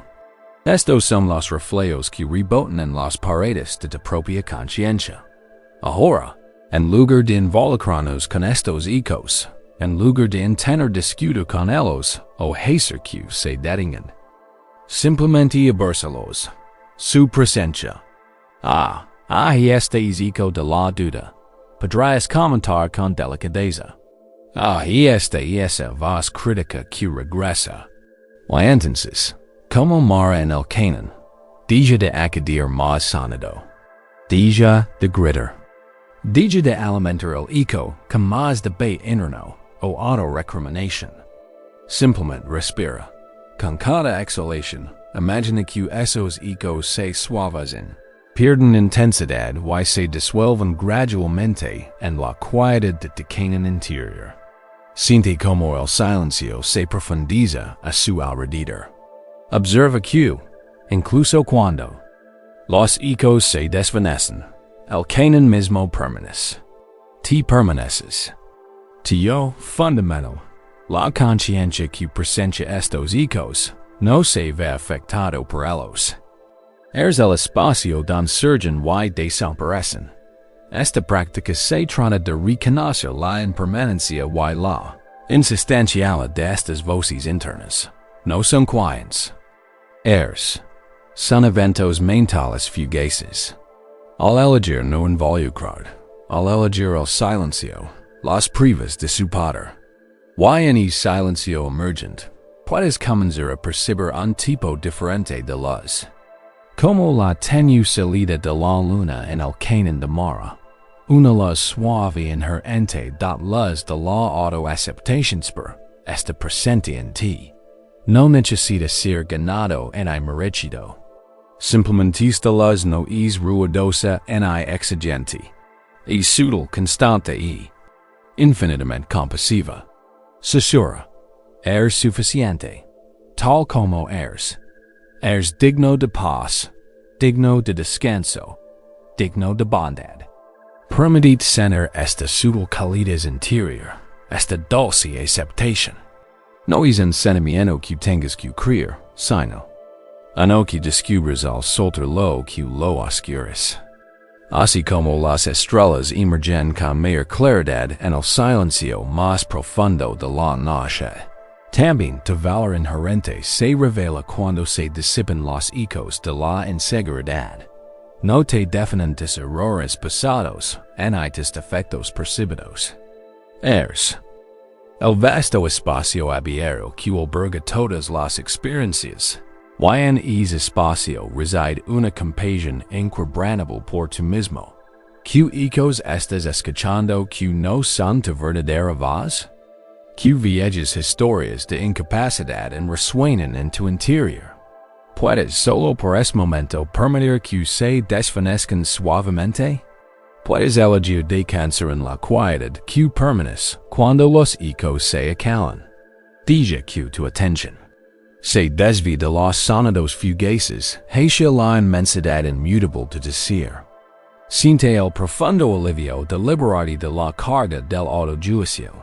Eres completo. Eres digno de esta paz, tal como eres aquí y ahora. Sumerged en la tranquila seguridad de tu propio valor inherente. Una luz que siempre ha estado, y siempre estará dentro de ti.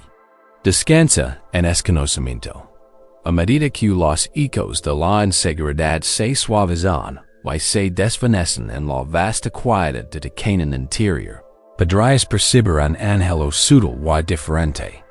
No se trata de la punzada aguda de la ansiedad ni del dolor sordo de la incompetencia, sino de una silenciosa sensación de insatisfacción, o un sentimiento de que se han ignorado las corrientes más profundas de la vida. Es un suave susurro de una parte de ti que angela más que la rutina diaria, un angelo de propósito o significado que se siente inalcanzable. Quizás sientes una pasión latente, un talento descuidado o un camino que alguna vez sonaste pero dejaste de lado.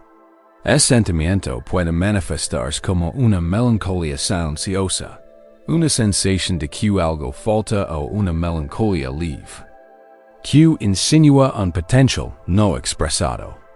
Es la carga silenciosa de ignorar el amado más profundo de tu espíritu, dando una sutil corriente de arrepentimiento o angelo melancólico via la superficie de tu conciencia. Podrías sentir un ligero vacío, un angelo por algo indefinido, un silencioso signo de interrogación flotando en la quietud. Esta noche, dirigiremos suavemente nuestra atención a este río olvidado, no para exigir respuestas, sino simplemente para reconocer su fluir y invitar su presencia en nuestra quietud. Consideremos la historia del viejo Sato, un pescador que vivía junto a un ancho y majestuoso río que fluye desde las lejanas montañas hasta el mar. Sato había pasado toda su vida en ese río, sus días marcados por el rítmico lanzamiento de su red, y la paciente espera de una captura. Desde joven, lo impulsó una única ambición: capturar la legendaria gran carpa plateada, un pez del que se hablaba en las lindes locales por su inmenso tamago y naturaleza esquiva. Creía que capturar ese pez le traería la plenitud definitiva, demostrando su valía como pescador y brindando una vida de profunda satisfacción. Dedicó ecos, luego décadas, a perseguir este objetivo. Adquirió las mayores redes, estudió las corrientes del río como un erudito y se levantaba antes del amanecer, regresando a menudo mucho después del anochecer, con el cuerpo dolorido y la mente consumida por la búsqueda. Sacrificó la compañía, descuidó su pequeño jardín y a menudo comía solo a la luz parpadeante de su linterna, pensando únicamente en la gran carpa plateada. Sato envejeció, su cabello se volvió blanco, sus manos se volvieron nudosas. Para la gran carpa plateada siguió siendo un mito. Su búsqueda se convirtió menos en una alegría y más en una obligación, un gran peso que cargaba. Rara vez percibía la belleza del amanecer sobre el agua, el juguetón movimiento de los peces más pequeños en sus redes, la tranquilidad de la niebla que se alzaba del río cada mañana. Su mirada siempre estaba fija en el horizonte, siempre en busca de ese destello esquivo, convencido de que la felicidad estaba fuera de su alcance, ligada a un único y monumental logro. Veía el río solo como un medio para un fin, un camino hacia su gran premio, más que como una entidad viva y palpitante en sí misma. El agua misma que lo sustentaba y le proporcionaba sustento fue ignorada en su incansable esfuerzo. Se había vuelto ajeno a la simple belleza y el ritmo inherente del río, perdido en su singular y abrumadora ambición. Una sofocante tarde de verano, 3 días de búsqueda infructuosa, el bote de Sato se enredó en un obstáculo submarino. Oculto, a pesar de todas sus fuerzas, no pudo liberarlo. Pasó horas intentándolo, bajo el sol abrasador, con los músculos cansados doloridos por el agotamiento. Al ponerse el sol, teniendo el cielo de tonos argentes, Sado finalmente se desplomó en su boat, derrotado. Cerró los ojos. Lágrimas de frustración y agotamiento se mezclaban con el sudor de su rostro curtido. Todo ha sido en vano. Susurró. Mi vida, mis esfuerzos, todo desperdiciado en un sueño que jamás pude alcanzar. En ese momento de total rendición, cuando finalmente cesó su forcejeo, un profundo silencio lo invadió.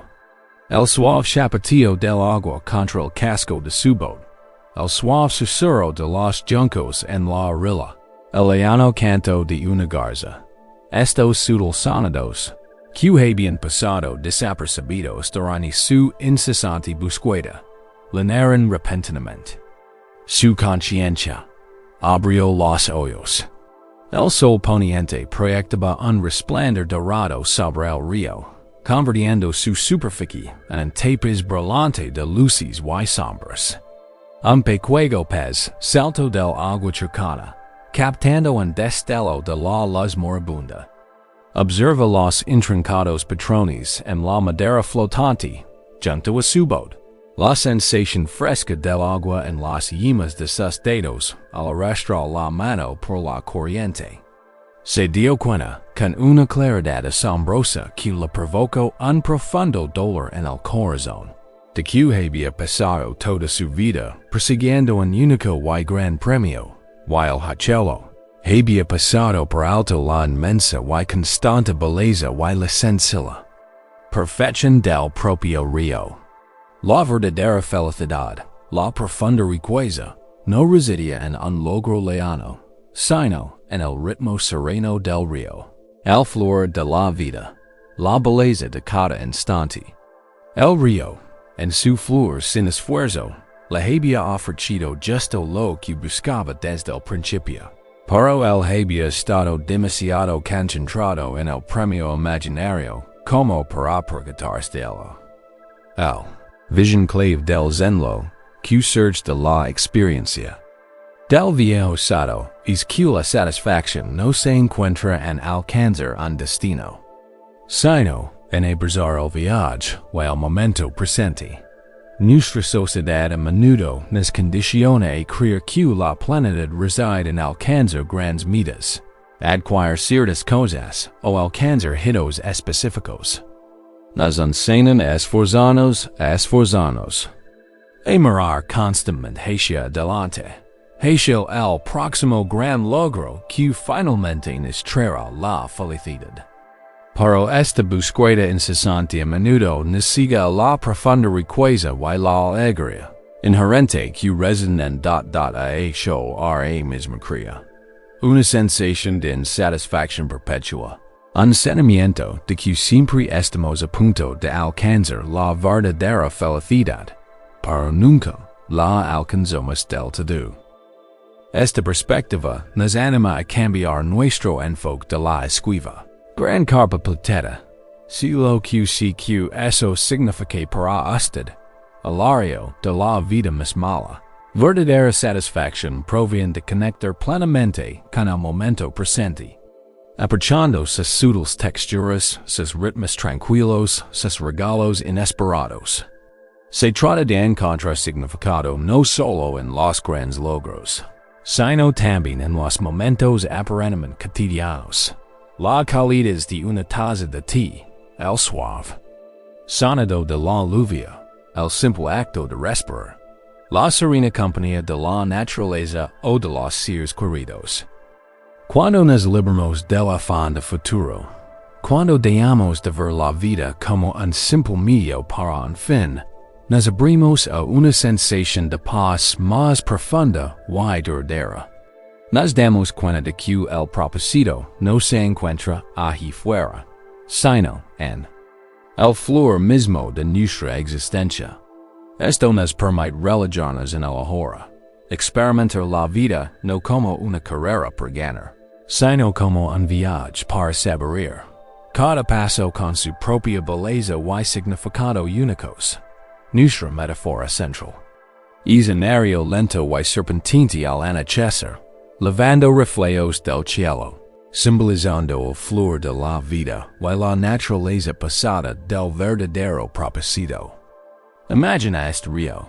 Sus aguas son oscuras y profundas, pero su superficie es como un espejo pulido, reflejando suavemente los colores apagados del cielo crepuscular, tonos lavanda, rosa y índigo intenso.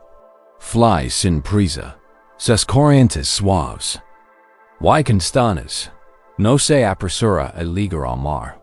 Simplemente fly, aceptando cada curva, cada obstáculo, cada tramo abierto. Los reflejos en su superficie son fugaces, hermosos y siempre cambiantes, pero el río mismo permanece constante en su movimiento. Leva joyas caídas, fragmentos de luz, y los sueños tranquilos de la tierra que atraviesa, traducen esfuerzo en resistencia. Este río encarna la naturaleza pesada del verdadero propósito. Dan la plenitud se encuentra en el propio viaje tranquilo, no solo en un destino anticipado. Mientras llegas aquí, permite que tu conciencia se convierta en este río al atardecer. Siente el sutil fluir de tu respiración, las suaves corrientes de tu cuerpo.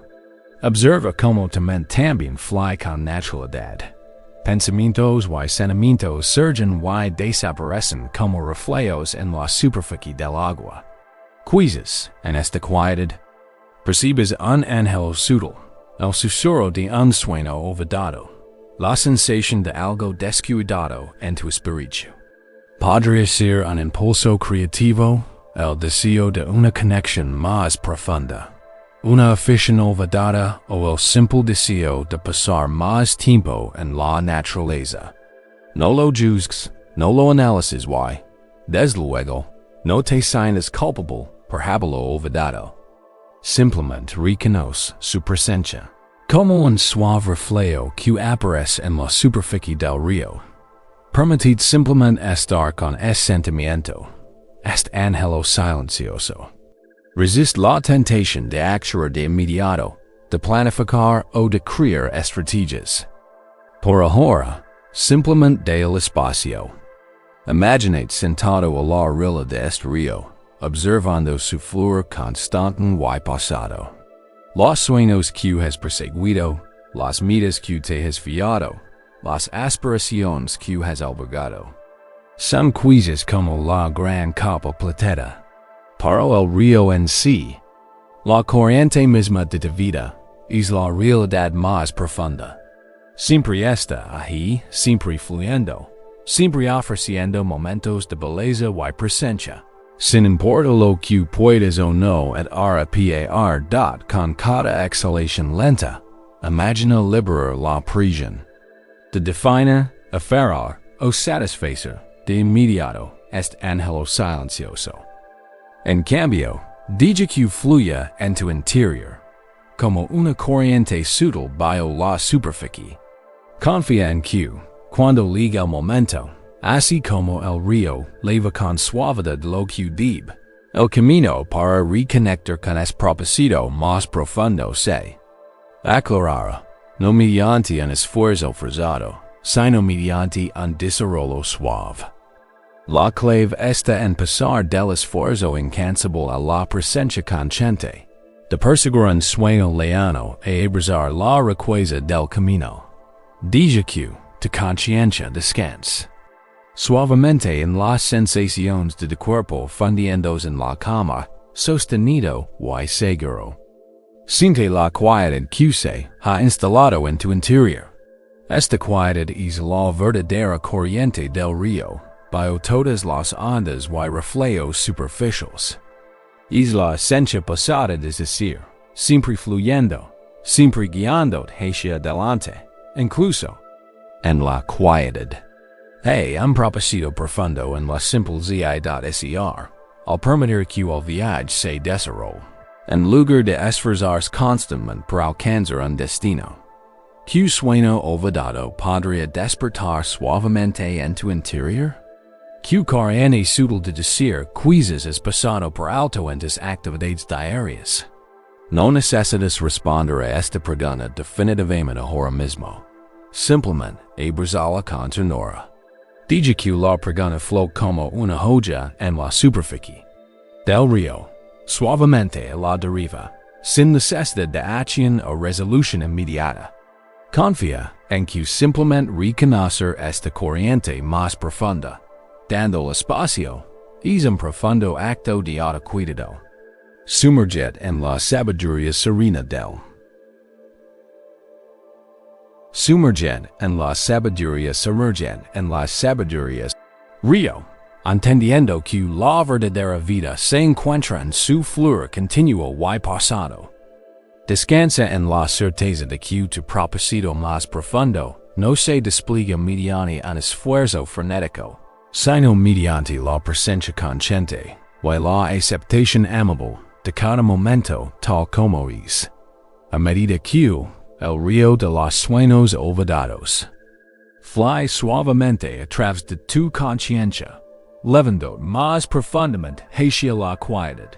A menudo surge una nueva faceta de nuestra experiencia humana, la tendencia a aferrarse a heridas del pasado o ansiedades futuras, impidiéndonos habitar plenamente el presente.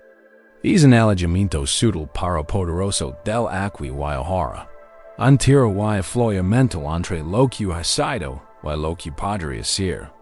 Esto no se manifiesta como una fuerte alarma, sino como una silenciosa sensación de estar disperso, de tener tu energía dispersa en diferentes puntos del tiempo. Puedes sentir una leve inquietud, una sutil sensación de que algo siempre está fuera de tu alcance, o de que un fugaz momento de paz se te escapa de las manos. Este constante viaje mental en el tiempo, esta incapacidad de simpl, mente.cr, don estas, crea una carga silenciosa, robando la vitalidad y la plenitud de cada segundo que pasa. Es el sufrimiento silencioso de una mente que nunca está verdaderamente presente, siempre buscando un momento perfecto que reside en el recuerdo o la anticipación. Esta noche, exploraremos con ternura el sutil apego, aprendiendo a liberar el pasado y el futuro, y a descubrir la profunda plenitud de este preciso instante. Consideramos la historia de una niña llamada Anya, que vivía en un pueblo enclavado, lleno de una vasta y verde pradera. Anya era conocida por su inagotable curiosidad y su agudo ojo para las pequeñas maravillas del mundo. Una mañana húmeda, justo después del amanecer, se aventuró en la pradera, atraída por la luz brillante que danzaba sobre cada brisna de hierba. Ali, entre las innumerables gotas, una en particular captó su atención. Estaba perfectamente encajada en una ancha joya esmeralda, brillando como una diminuta joya perfecta. Al arrodillarse, Anya la observa con atención, cautivada. Por lo que vio dentro de su diminuta esfera, en esa única y luminosa gota de ROCO, Anya vio reflejado un mundo entero. Vio el vasto cielo azul, las tenues nubes blancas que se deslizaban perezosamente por él. Vio el imponente roble al borde del prado, con sus ramas extendidas como brasas antiguas. Vio los vibrantes colores de las flores silvestres a su alrededor. Cada diminuto pétalo perfectamente reflejado en la curva de la gota. Incluso vio su propio rostro pequeño y asombrado, distorsionado pero inconfundible presente. Era un universo contenido en única y frágil esfera, completo y perfecto en cada detalle. Sintió una profunda sensación de asombro, una profunda conexión con todo lo que la rodeaba, todo contenido dentro de esta diminuta y fugaz joya. Pero entonces, un pensamiento surgió en la mente de Anya. Esto es tan hermoso que debo conservarlo para siempre. Impulsada por este deseo de poseer y preservar, intento con delicadeza ahuecar la joya, lever la gota de rocio a casa. Sustadidos temblaban con una intención cuidadosa. Sin embargo, en cuanto su mano toca la hoja, el delicado equilibrio se rompió. La gota de rocio se estremeció, perdió su perfecta forma esférica y luego, con un leve brillo, se deslizó de la hoja, but fue absorbida por la tierra sedienta. Se había ido, irrevocablemente. Anya sintió una punzada de decepción, una oleada de frustración. Había querido aferrarse a la perfección, hacerla perdurar, y en su intento por alcanzarla, la había destruido sin darse cuenta. Buscó otra, pero ninguna parecía tan perfecta, tan completa, como la que se había desvanecido. Una silenciosa tristeza la invadió mientras caminaba a casa. Al darse cuenta de que su deseo de pasear la había llevado a la pérdida de la misma belleza que apreciaba. A la mañana siguiente, Anya regresó al prado. Esta vez, al encontrar otra gota de rocio brillante, recordó la lección. Se arrodilló, como antes, y contempló su superficie reflectante. De nuevo, el cielo, el árbol, las flores silvestres, su propio rostro, todo se reflejaba perfectamente en su esfera. Pero esta vez, no intentó aferrarlo. Simplemente miró se permitió estar plenamente presente en su belleza fugaz, absorber su perfección sin necesidad de poseerla. Comprendió que su belleza residía en su naturaleza temporal, en su perfección efímera. Sabía que en pocas horas, el sol ascendería y desaparecería naturalmente. Y en esa aceptación, surgió en ella una alegría diferente, una satisfacción más profunda y pacífica. Podía apreciar su plenitud sin exigir su permanencia. Comprendió que su preciosidad residía precisamente en porqu y fugaz. No. Pesar de el vision clave del zinaqui, esta el plenitud y perfección del momento presentes, tan solo dejáramos de intentar aferrarnos a ella o controlarla. Nuestra experiencia de vida es un flujo continuo de momentos presentes. Sin embargo, a menudo estamos mentalmente en otra parte, reviviendo un evento pasado, repasando una conversación futura, o anhelando una circunstancia diferente. Esta búsqueda constante, esta proyección mental, nos impide sumergirnos plenamente en la riqueza de este momento. Ahora mismo. Echamos de menos las sutiles maravillas, las serenas alegrías, la profunda plenitud que ofrece cada respiración, cada sonido, cada sensación en La historia de Anya y la gota de rocio ilustra que la verdadera apreciación y la paz profunda surgen cuando dejamos en nuestro deseo de aferrarnos, pasear o hacer permanente lo inherentemente transitorio. La perfección de la gota de rocio residía en su fugacidad. En el momento en que intentemos aferrarnos a una experiencia hermosa, o rechazar una incómoda, interrumpimos su fluir natural y oscurecemos su plenitud inherente. Esta perspectiva nos enseña que el sufrimiento a menudo surge no de la naturaleza del momento en sí, sino de nuestra resistencia a su impermanencia. Nuestro intento de aferrarnos a lo que está destinado a pasar o de evitar lo presente. Cuando aceptamos plenamente la naturaleza transitoria de todas las cosas, pensamientos, sentimientos, sensaciones, incluso momentos de profunda belleza, libramos una profunda libertad. Nos damos cuenta de que este momento presente, tal como es, con todas sus matices e impermanencia, es todo lo que realmente tenemos. Y en esa simple aceptación, puede surgir una profunda sensación de paz y plenitud. Nuestra metáfora central para este concepto es una sola gota de rocio luminosa sobre una hoja, que contiene un universo de reflejos, simbolizando la riqueza del presente.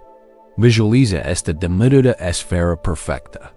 No es grandiosa en imponente, pero dentro de su mundo en miniatura alberga la inmensidad del cielo, los intrincados details del foliage circundante, y la misma luz que la ilumina. Es un microcosmos del universo, completo y autónomo. No se aferra al cielo que refleja, en tem su eventual evaporación. Simplemente existe, exquisitamente perfecta en su estado efímero. Esta gota de rocío nos recuerda que todo el universo de la experiencia, toda la riqueza y complejidad de la vida, está disponible para nosotros en estos mismos momentos. Tan solo estuviéramos verdaderamente presentes para percibirlo. No requiere que creemos nada nuevo en que cambiemos nuestras circunstancias. Simplemente retuviendo nuestra atención plena y desapegada a lo que es. Mientras yaces aquí, siente la silenciosa presencia de tu propio ser. Deja que tu conciencia se suavice, volviéndose receptiva, como la superficie de una gota de rocío. Observa las sensaciones en tu cuerpo. Quizzes el calor de las mentes, la suave presión de la calma bioti, el ritmo tranquilo de tu respiración. Estas son las realidades inmediatas y innegables de este momento. Ahora, observa cómo tu mente podría verse tentada a divagar. Quizzes un recuerdo del pasado a flor, trayendo consigo una emoción persistente. Arrepentimiento, nostalgia, acaranza. O quizzes tu mente se adelanta al mañana, o una tarea, una seta, o una preocupación, arrastrando hacia el futuro. Son como intentos de atrapar la gota de rocío, de salir del contenedor sagrado del presente. Reconoce estos movimientos mentales. Sin juzgar. Ha seguido un recuerdo, podrías observar. Un pensamiento sobre el mañana. Y luego, suavemente, pacientemente, libera tu control mental así como Anya aprendió a observar la gota de rocío sin intentar pasarla. Permite que estos pensamientos pasados y futuros son simplemente reflejos, no anclas. Observa-los aparecer en la inmensidad de tu conciencia. Y luego deja que se desvanezcan suavemente, como las ondas que se disuelven en el agua o los reflejos que cambian en la superficie del lago de rocío. No los persigas. No luches con ellos. Simplemente déjalos pasar, sabiendo que tu verdadero hogar está aquí. Ahora, vuelve a concentrar en la simple y profunda realidad de este preciso instante. Siente el aire en tu piel. Escucha los sonidos apacibles que te rodean. Percibe las sutiles sensaciones en tu cuerpo. Este momento presente, tal como es inherentemente completo. Contiene todo lo que necesitas. No hay pasado que revivir aquí. No hay futuro al que preserves. Solo existe esta respiración, esta sensación, esta tranquila conciencia. Este momento es de gota de rocío, que contiene perfectamente el universo para ti. Imagina que, con cada suave exhalación, liberas un pequeño fragmento de apego al pasado o una pequeña expectativa por el futuro. Siente la ligereza que acompaña esta liberación. No estás olvidando el pasado ni descuidando el futuro. Simplemente eliges habitar plenamente el único momento existe, el presente. Cuando dejas de aferrarte, te abres a la perfección inherente que ya está aquí. ¿Qué pequeño y perfecto momento estás pasando por alto ahora mismo? ¿Es la suavidad de tu almohada? ¿La quietud de la habitación? ¿El suave ritmo de tu respiración? No son cosas pequeñas cuando se experimentan con plena presencia. Son los elementos preciosos de tu gota de rocío, que contienen todo el universo de tu experiencia inmediata. Sumerget en la profunda simplicidad de simplemente ser aquí, ahora, completo y pleno. Diga que la sabiduría de la gota de rocio te guía una presencia profunda y libre de cargas. Descansa en este momento, tal como es suficiente. Te es suficiente. A medida que el reflejo de la gota de rocio luminosa se desvanece suavemente, dejando arraigado en la tranquila plenitud del momento presente. Otra tensión sutil puede surgir dentro de tu conciencia. La incomodidad de la imperfección y la presión de tener todo resuelto. No se trata de una crisis dramática, sino de una sensación silenciosa e insidiosa de estar incompleto, de luchar por un ideal inalcanzable. Es el hábito mental de evaluar constantemente tu vida, a ti mismo, tus circunstancias, y encontrarás deficientes. Podrías sentir una sutil atracción hacia la superación personal sin fin, una silenciosa insatisfacción con lo que es impulsado por una visión de lo que debería ser esto se manifiesta como un anhelo silencioso de perfección. La creencia de que la verdadera paz o felicidad solo se encuentra una vez que se atan todos los ciegos, cells suavizan todas las asperezas y se llenan todos los vacíos. Es la carga silenciosa de siempre anhelar un futuro perfecto, lo que te impide abrazar plenamente la belleza inherente de tu presente en desarrollo. Esta noche, exploraremos con ternura este sutil afán, reconociendo que la verdadera belleza y plenitud a menudo reside no en la perfección, sino en el intrincado y continuo proceso de transformación.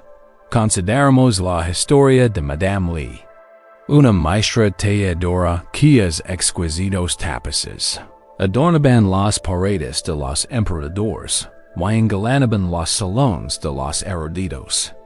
Su obra era famosa no solo por sus intrincados patrones y vibrantes colores, sino también por un detalle peculiar.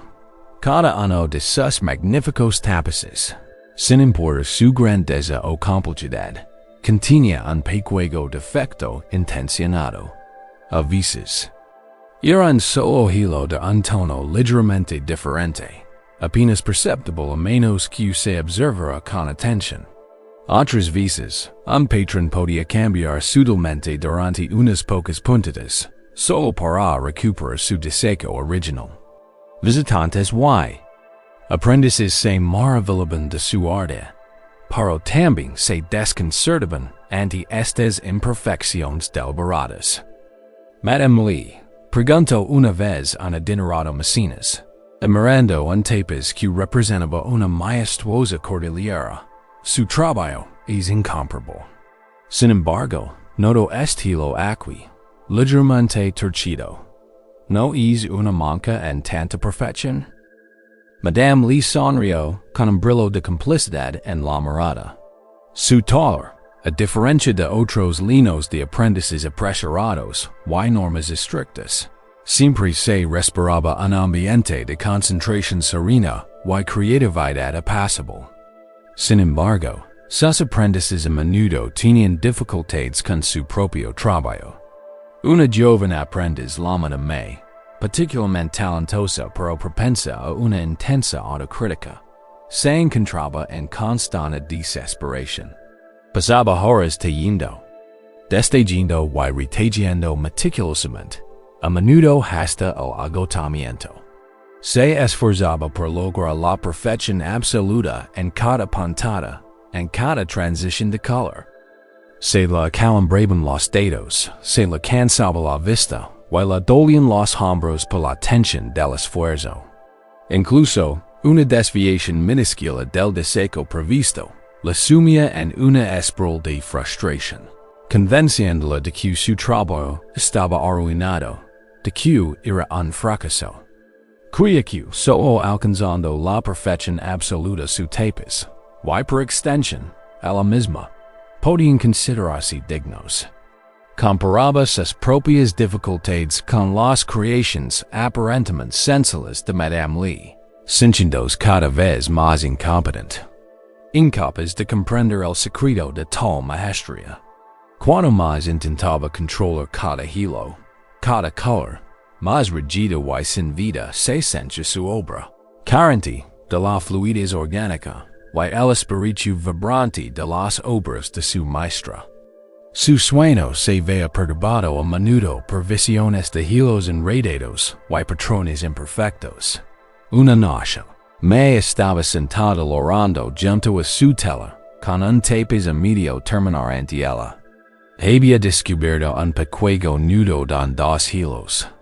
Se habían unido torpemente, creando una ligera protuberancia en la tela. Para ella, era una imperfección evidente, la prueba de su fracaso.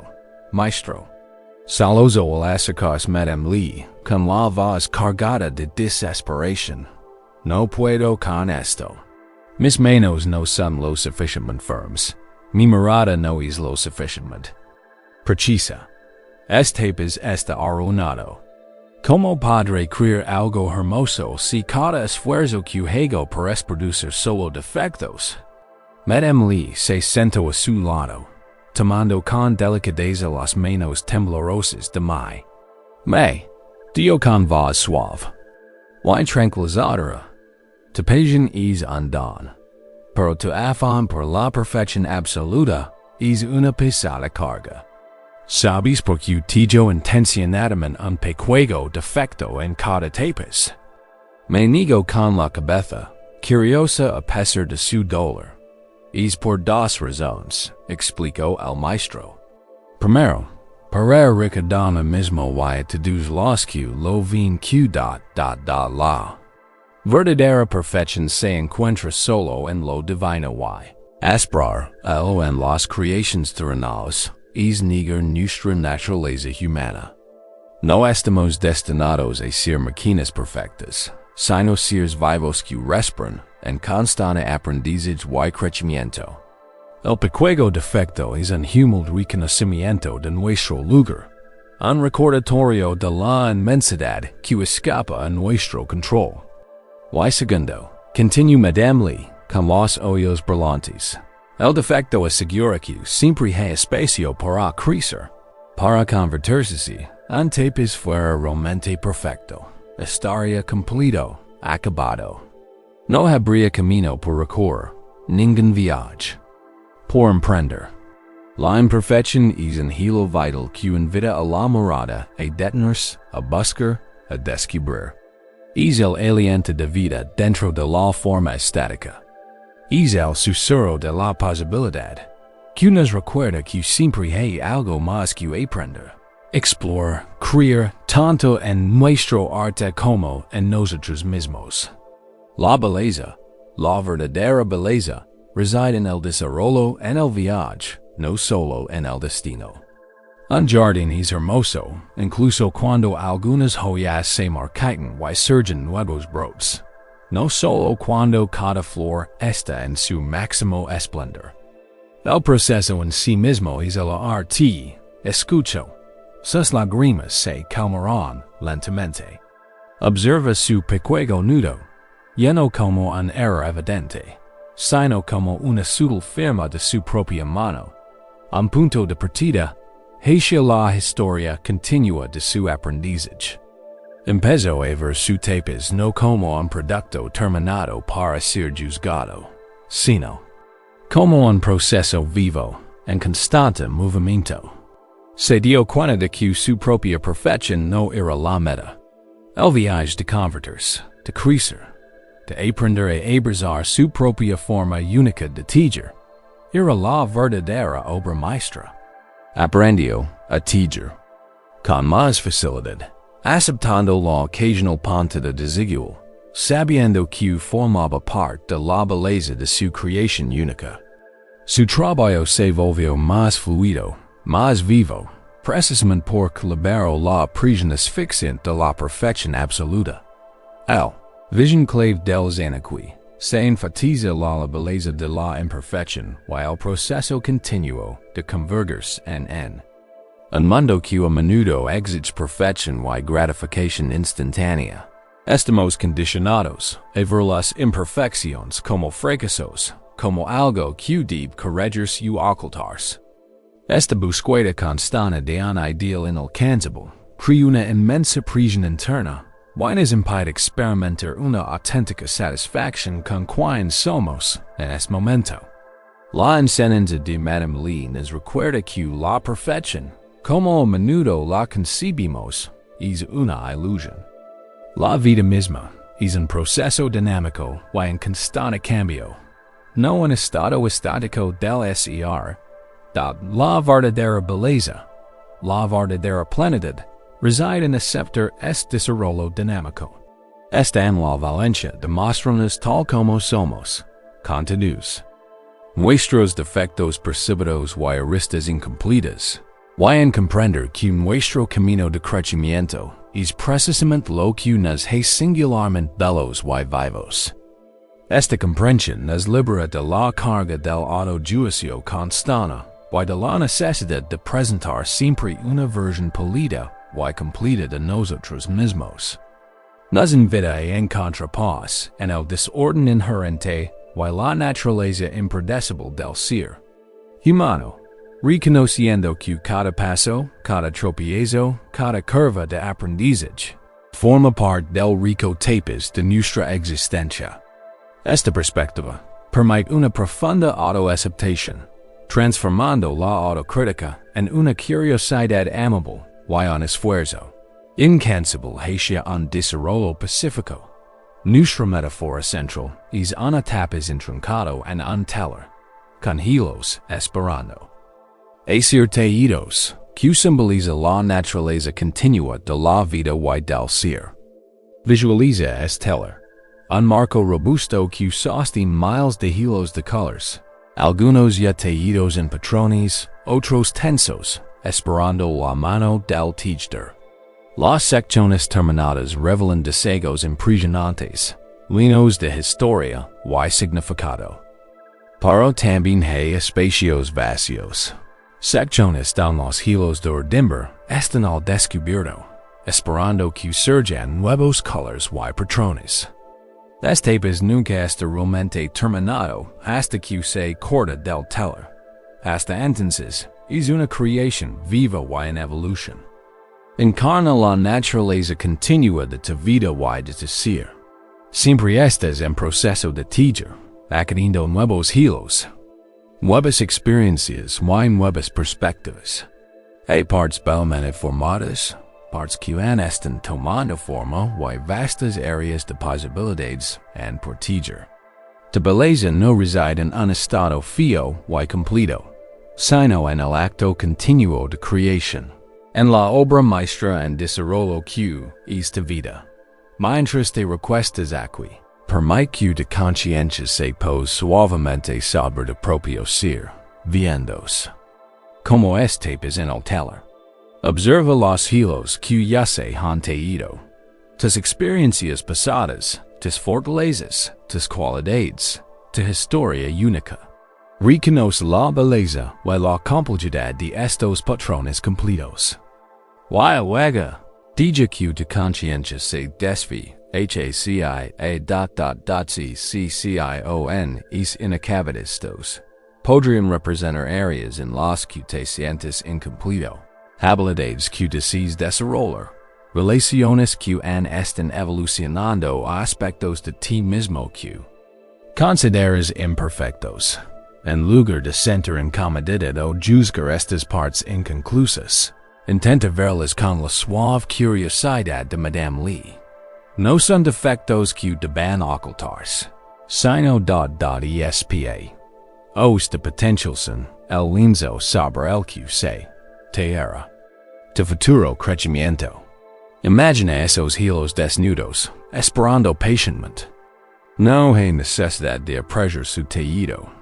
En hay de forzar un patrón que no está listo para surgir. Simplemente reconoce su presencia con cada respiración lenta y suave. Imagina que estés invitando a una sensación de aceptación del presente. Estas áreas inacabadas de tapes. Al inhalar, inspira bondad hacia ti mismo, tal como eres. Al exhalar, libera la prisión de ser perfecto o completo ahora mismo. Deja ir el impulso de juzgar el estado actual de tu teído. Siempre estás en proceso, siempre evolucionando. Esta es tu belleza inherente. Siente el apoyo de tu piel, sujetando con suavidad. Este apoyo es como el robusto telar, que sujeta tus hilos con firmeza mientras continúas tu proceso de teído. No te preocupes por el resultado final. Simplemente concentrate en el momento presente, puntada a puntada. Cada experiencia, cada lección, cada percepción serena que adquieres aporta un nuevo hilo, añadiendo riqueza y profundidad a tu creación única. Que aspecto de tu propio tapes en desarrollo puedes aceptar como hermoso, incluso si se siente inacabado o imperfecto?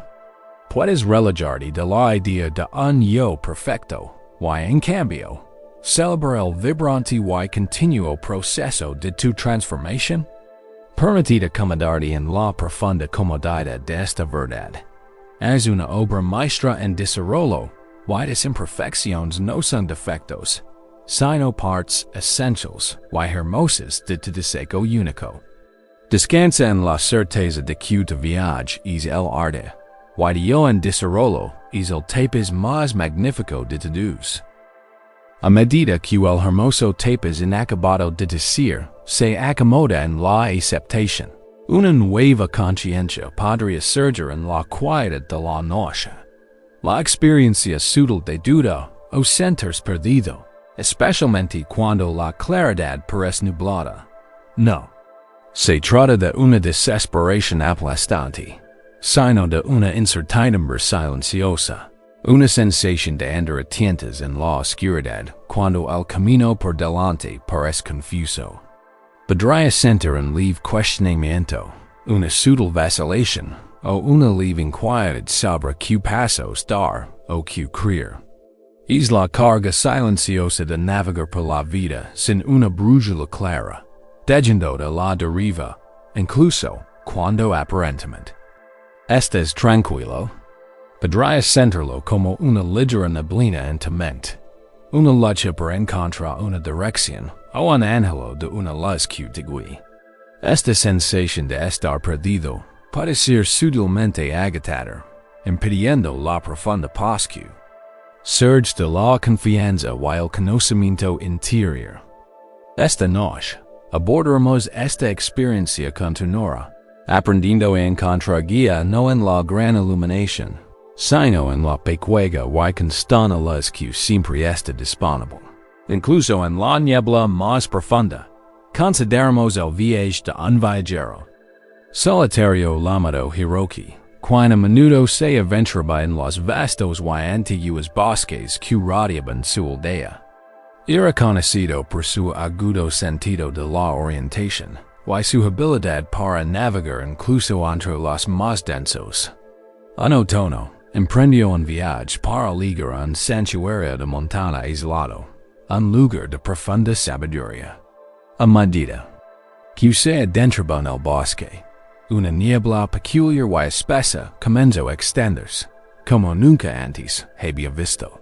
Era tan densa que se tragaba los imponentes árboles, amortiguaba todo sonido y reducía la visibilidad a solo unos metros. Hiroki, habitualmente confiado, se sintió completamente desorientado. Ya no podía ver los puntos de referencia familiares, los picos lejanos de las montañas, ni siquiera el débil rostro que había estado siguiendo. El pánico comenzó a arreciar su calma. Intentó descender sus pasos, pero la niebla era un velo cambiante y engañoso. Todas las direcciones parecían iguales. Cuanto más se esforzaba por ver el camino, más frustrado se sentía, con la mente llena de preguntas. ¿Hacia dónde vía el norte? ¿Estoy dando vueltas? estar perdido aquí. Para siempre. Su habitual confianza en la gran visibilidad lo fallo por completo. Siempre había dependido de la amplitud del paisaje, de los claros indicadores, para guiarse. Ahora, no había nada más que una blancura opresiva y era nada. Gritó pidiendo ayuda, pero su voz fue absorbida por el aire denso, devolviendo solo un eco débil y húmedo. Una profunda sensación de vulnerabilidad lo invadió. Se sentía completamente incompetente. Sus reconocidas habilidades de navegación inútiles en aquella neblina impenetrable. El miedo a lo desconocido lo acosaba por todos lados. Se sentía pequeño e insignificante contra la vasta e indiferente nebla. Agotado y desanimado, Hiroki finalmente se dejó caer al suelo, apoyándose en el tronco frío y húmedo de un árbol oculto. Cerró los ojos, entregándose a la abrumadora sensación de estar perdido. Al abrirlos de nuevo, un objeto familiar captó su atención.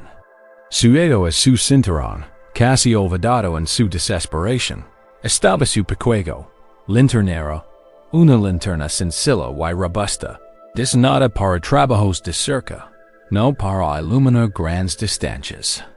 En su dependencia del sol y las estrellas, había desestimado su humildad.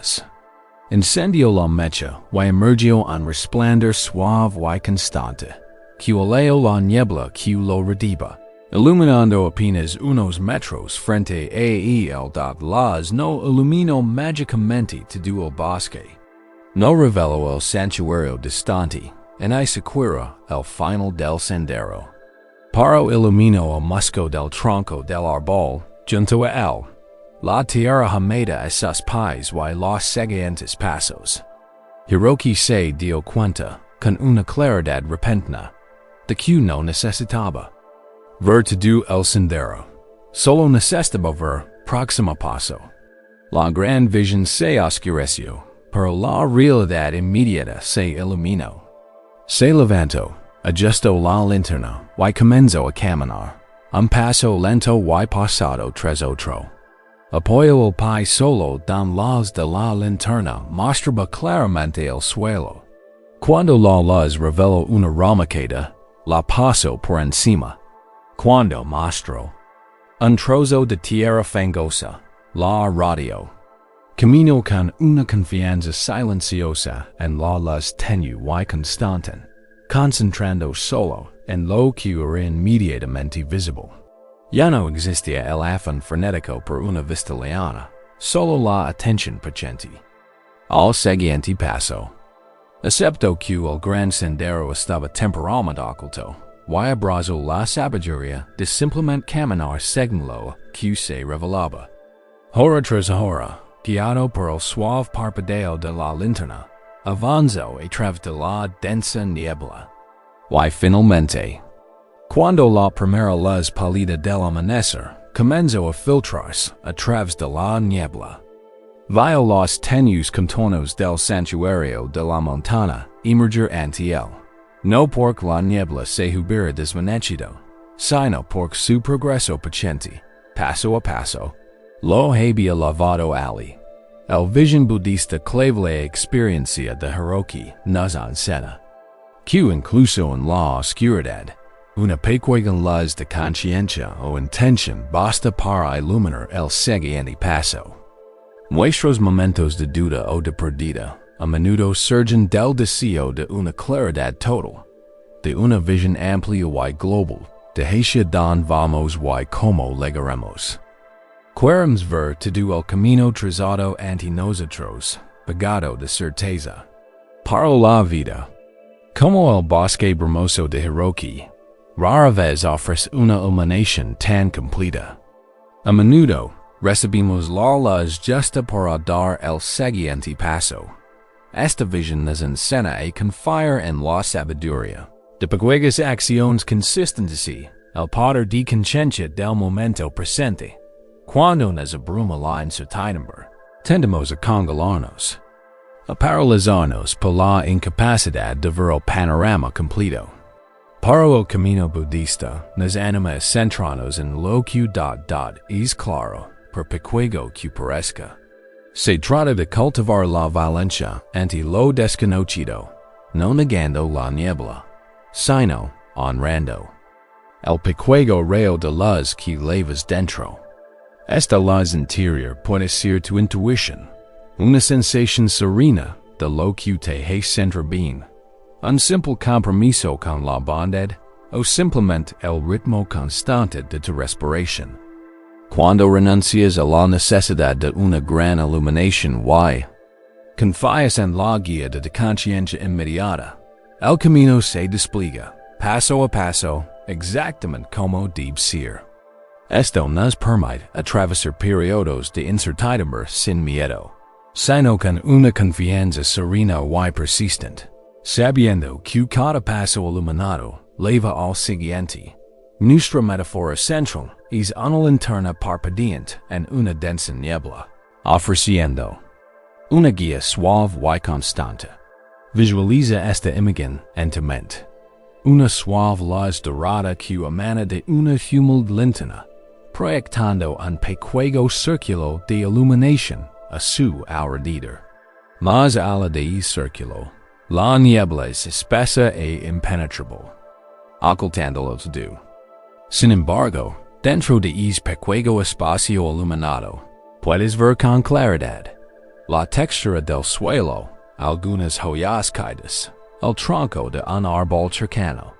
La luz no disipa la niebla por completo, ni permite una vista lejana. Para ofrecer precisamente lo que se necesita, suficiente claridad para el siguiente paso. Esta linterna simboliza tu conciencia interior, tu atención plena, tu intuición. Una luz sutil pero poderosa que siempre ilumina el presente inmediato, incluso cuando el camino más amplio se siente oscurecido. Nos recuerda que no necesitamos todas las respuestas para avanzar. Solo necesitamos suficiente claridad para este momento, esta decisión, este aliento. Mientras llegas aquí, deja que tu conciencia se asiente en la quietud de la noche. Si sientes incertidumbre, pregunta sobre lo que sigue, te sientes perdido en alguna situación, simplemente reconócelo. No estás solo con estos sentimientos. Son parte natural del camino humano. Reconócelos como la niebla que a veces envuelve nuestra comprensión. Ahora, imaginate sosteniendo ESO.LINT de tu conciencia su calidez su suave resplandor. No necesitas ser un reflector intenso. Un destello suave y constante es suficiente. Este destello es tu conciencia del momento presente. Tu capacidad de simplemente percibir lo que está aquí, ahora. Es tu respiración, la sensación de tu cuerpo, el suave murmullo de la noche. Cuando tu mente intente lanzarse a lo desconocido o remember incertidumbres pasadas, guíala suavemente de vuelta al pequeño círculo de luz que proyecta tu linterna. En que pequeña luz puedes apoyarte ahora mismo, incluso si el camino por delante no está claro. Podrá ser el simple acto de respirar, sentir tu cuerpo descansar. Podrá ser una silenciosa certeza interior, una sutil intuición sobre lo que se siente bien, aunque no puedas explicarlo lógicamente. Podría ser la certeza de que, por ahora, estás a salvo y apoyado.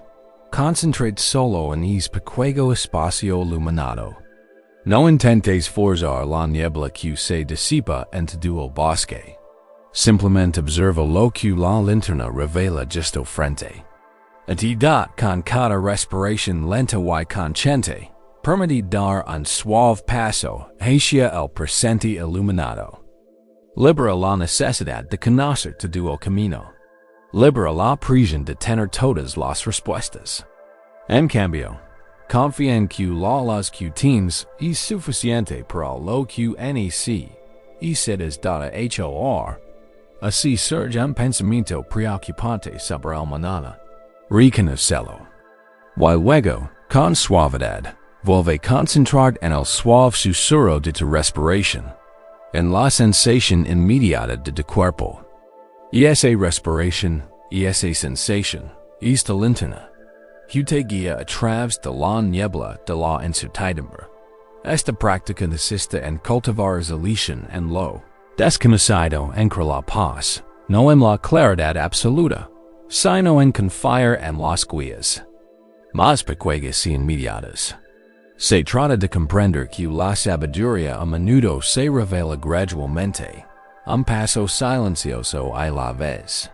Al honrar la pequeña luz, desarrollas confianza, sabiendo que incluso en la niebla más densa, eres capaz de seguir adelante, guiado por la sabiduría silenciosa de tu presencia. Sumerged en esta profunda confianza, permitiendo que el suave destello de la linterna ilumine tu próximo momento, llevándote a un descanso y una serenidad más profundos.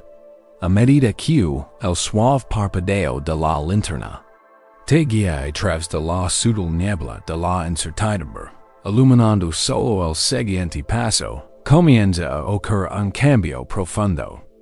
Con esta creciente claridad interior, a menudo se revela otra capa de nuestra experiencia moderna, la abrumadora presencia de el ruido externo y las constantes exigencias del mundo.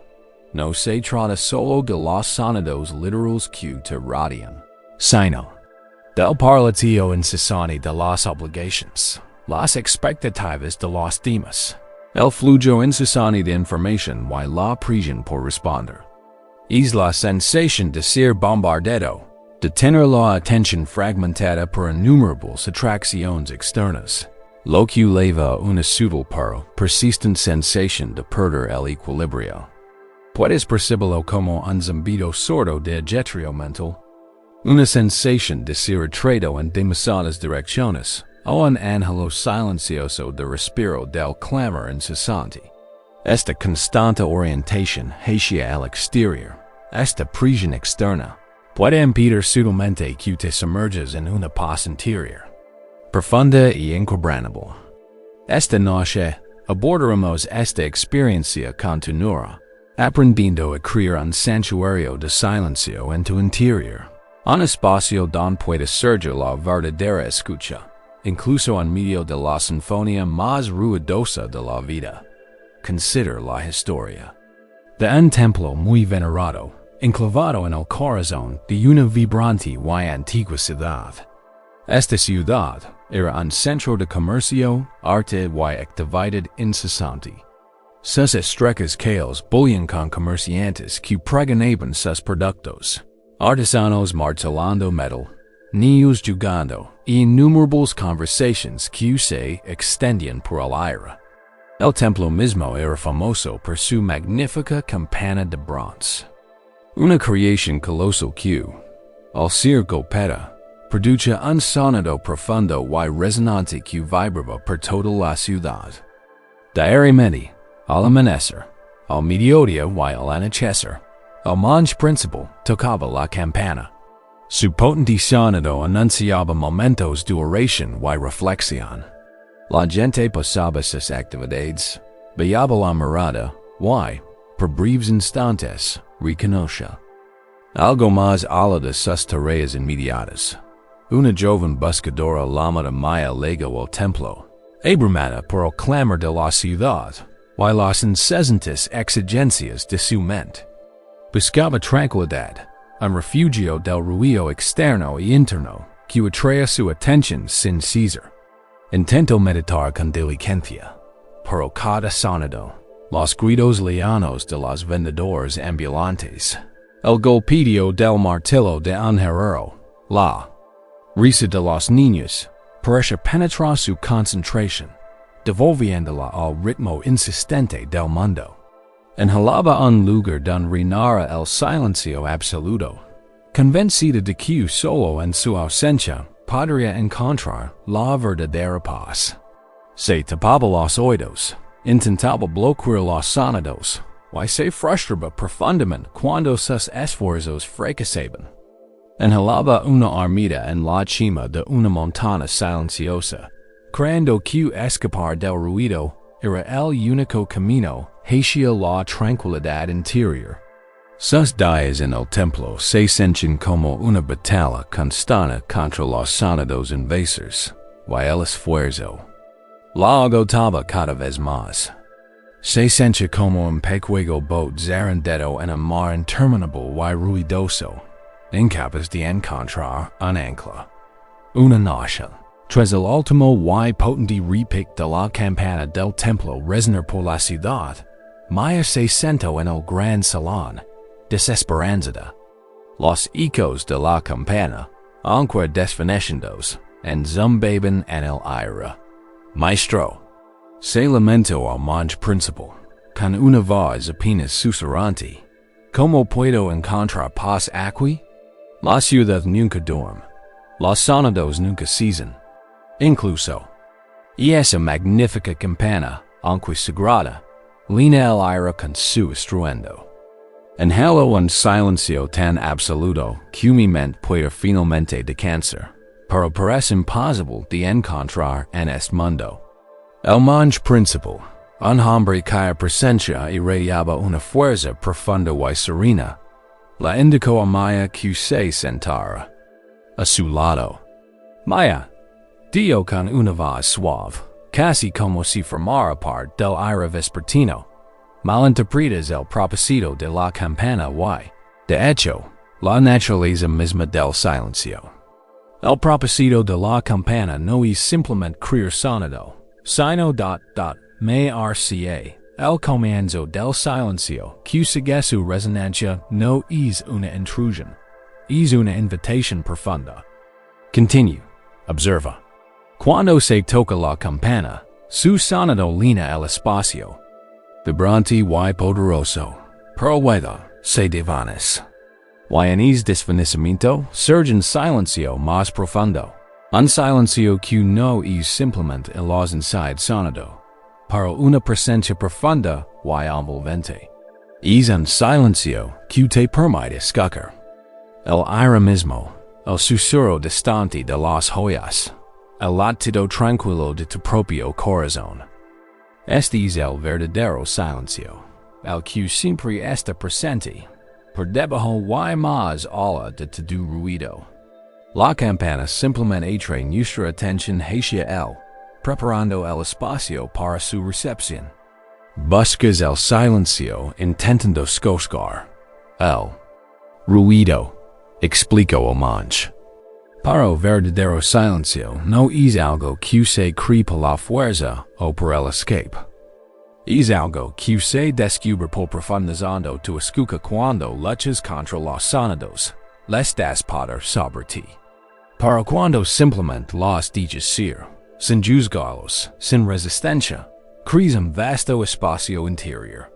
Y en esa inmensidad, los sonidos pueden surgir y desaparecer, como nubes que se desplazan por el cielo, dando el silencio fundamental de ser intacto. Maya escucho de verdad por primera vez. Oyó los tenues ecos de la campana, ahora casi imperceptibles, disolviéndose en el silencioso zumbido de la noche. Oyó los lejanos sonidos de la ciudad, ya no como invasores, sino como fenómenos pasajeros. Y bio to duelo, una profunda y expansiva quietud comenzó a surgir en su interior. No era que los sonidos hubieran cesado, sino que su relación con ellos había cambiado. Ya no era víctima del ruido. Era el vasto espacio abierto que lo contenía todo.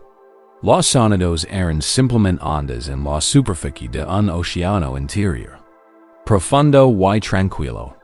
Comprendió que el silencio más profundo no se encontraba en una habitación vacía, sino en un corazón abierto, sin resistencia.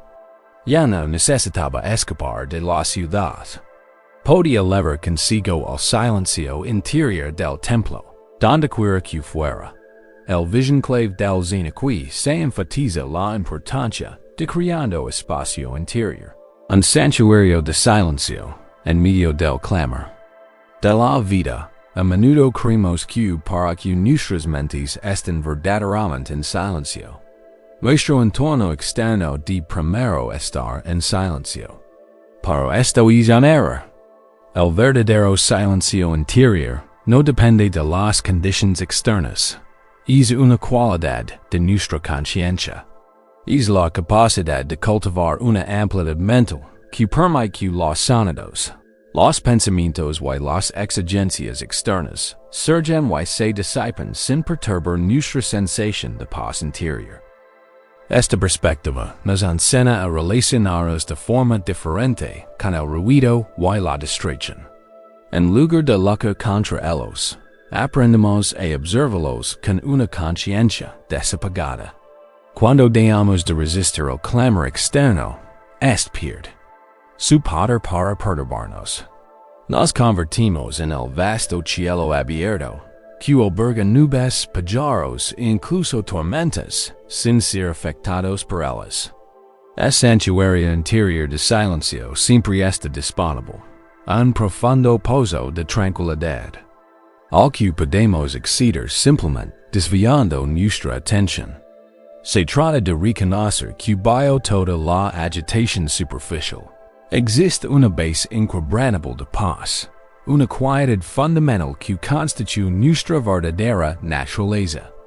Cuando cultivamos este espacio interior, nos volvemos más centrados, más resilientes y menos abrumados por las exigencias del mundo. Es la profunda comprensión de que no necesitas escapar del ruido. Simplemente puedes cambiar tu relación con él, permitiendo formar parte de la conciencia espaciosa que lo contiene. Nuestra metáfora central para este profundo espacio interno es una campana del templo. Su sonido resonante se desvanece en un silencio profundo y envolvente.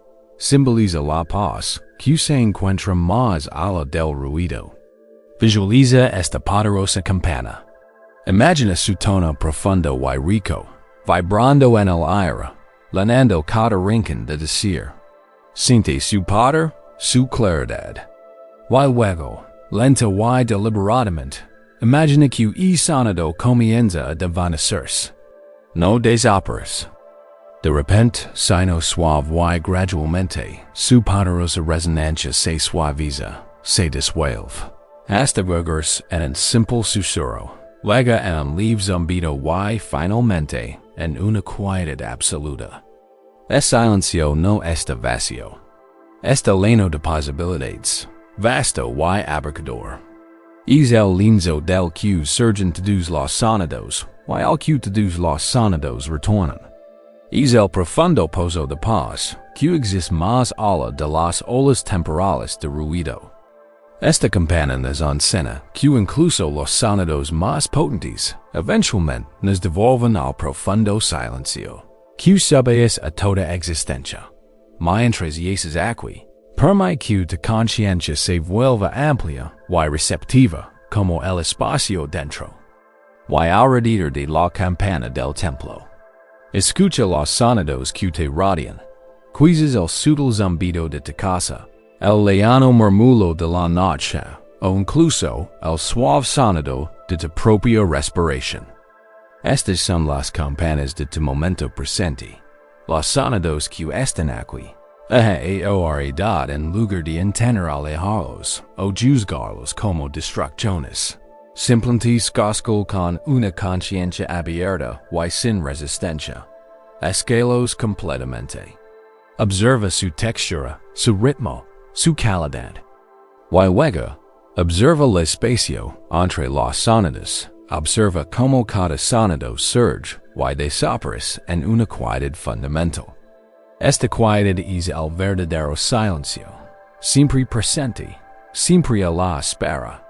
No es un silencio creado por la ausencia, sino un silencio que es presencim, ismo con cada respiración lenta y suave, Imagina que invitas a más de este espacio interior, este vasto santuario. Al inhalar, invita la amplitud de tu mente. Al exhalar, libera cualquier tensión, cualquier resistencia a los sonidos o pensamientos que pueden surgir. Conviértete en el vasto cielo abierto, permitiendo que las nubes de sonido y pensamiento fluyan sin perturbar tu tranquilidad inherente. No eres tus pensamientos, no eres los sonidos, eres la conciencia que los contiene todos. Esta práctica consiste en cultivar un profundo sentido de santuario interior. Es reconocer que tienes la capacidad de estar quieto y centrado, sin importar las condiciones externas. Es el profundo alivio de comprender que no necesitas escapar del mundo para encontrar la paz. Puedes encontrarla en tu interior, simplemente desviando tu atención del clamor y la quietud. Que lo sabías todo. Que sonidos escuchas y que puedes simplemente dar que son, sin juzgarlos. Puedes oír el silencio que los envuelve, la profunda quietud de la que emergen y a la que regresan. Sumerged en esta quietud envolvente, dejando envolver por una suave ola. Diga que los sonidos simplemente son, sin necesidad de reaccionar, sin necesidad de involucrar. Descansa en la profunda paz de tu santuario interior, un lugar de escucha profunda y quietud inquebrantable. Esta paz siempre está disponible, un templo tranquilo dentro de ti, esperando tu suave regreso. A medida que el silencio envolvente de la campana del templo se profundiza en tu interior, calmando el clamor de las demandas externas, puede surgir una conciencia nueva y sutil, la tendencia generalizada y correr por la vida, perdiéndonos la riqueza de cada momento. No se trata de una ansiedad ruidosa y manifiesta, sino de una sensación silenciosa de que el tiempo se escapa, de un esfuerzo constante por conseguir lo siguiente, sin llegar nunca a concretarlo del todo.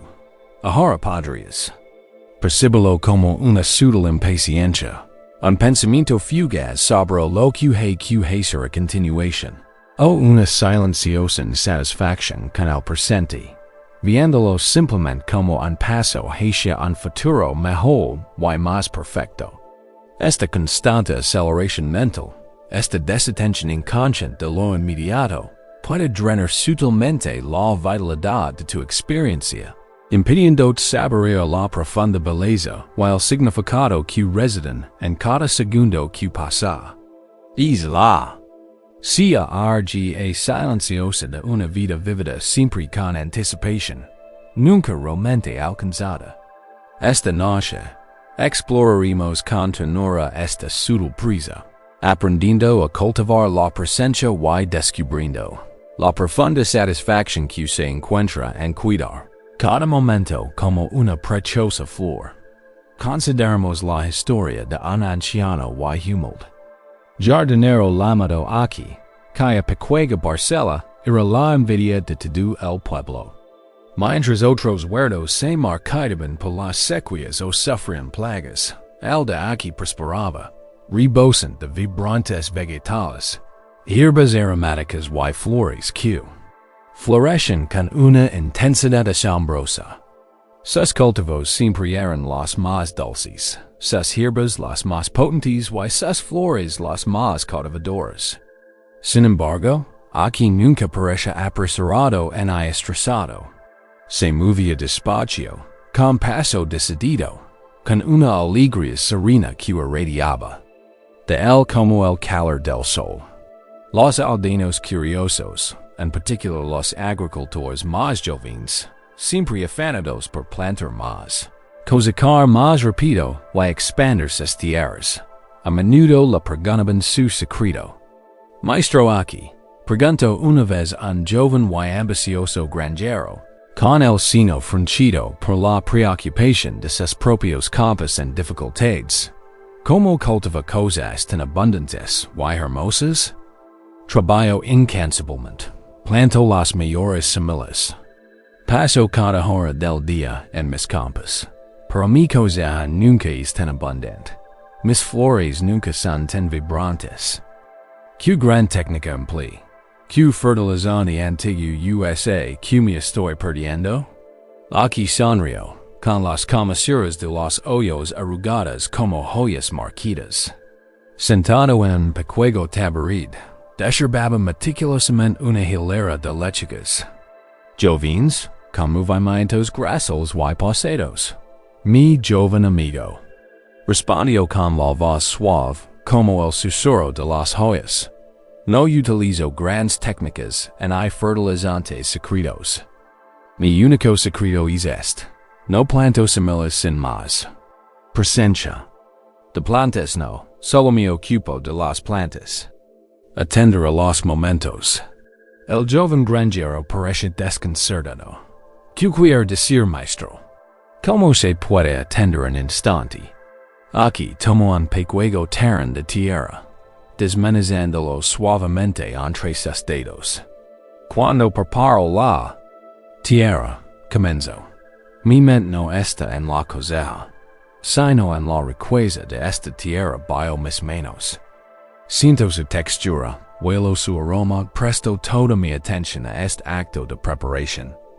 Cuando planto una semilla, mi mente no está en el futuro fruto, sino en la pequeña semilla en sí, sosteniéndola con respeto, calcándola con cuidado.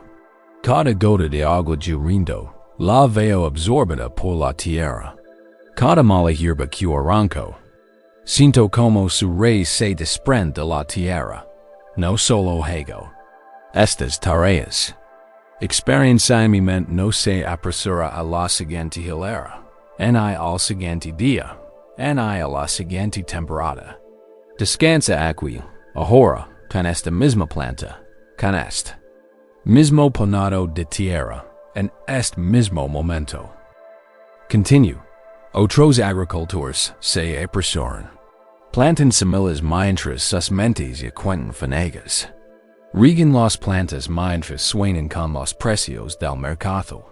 Deshiervan mientras se preocupan por la próxima cosecha. Tienen las manos en la tierra, pero sus mentes siempre están en otra parte, en el pasado, lamentando una mala cosecha, o en el futuro, anticipando la siguiente.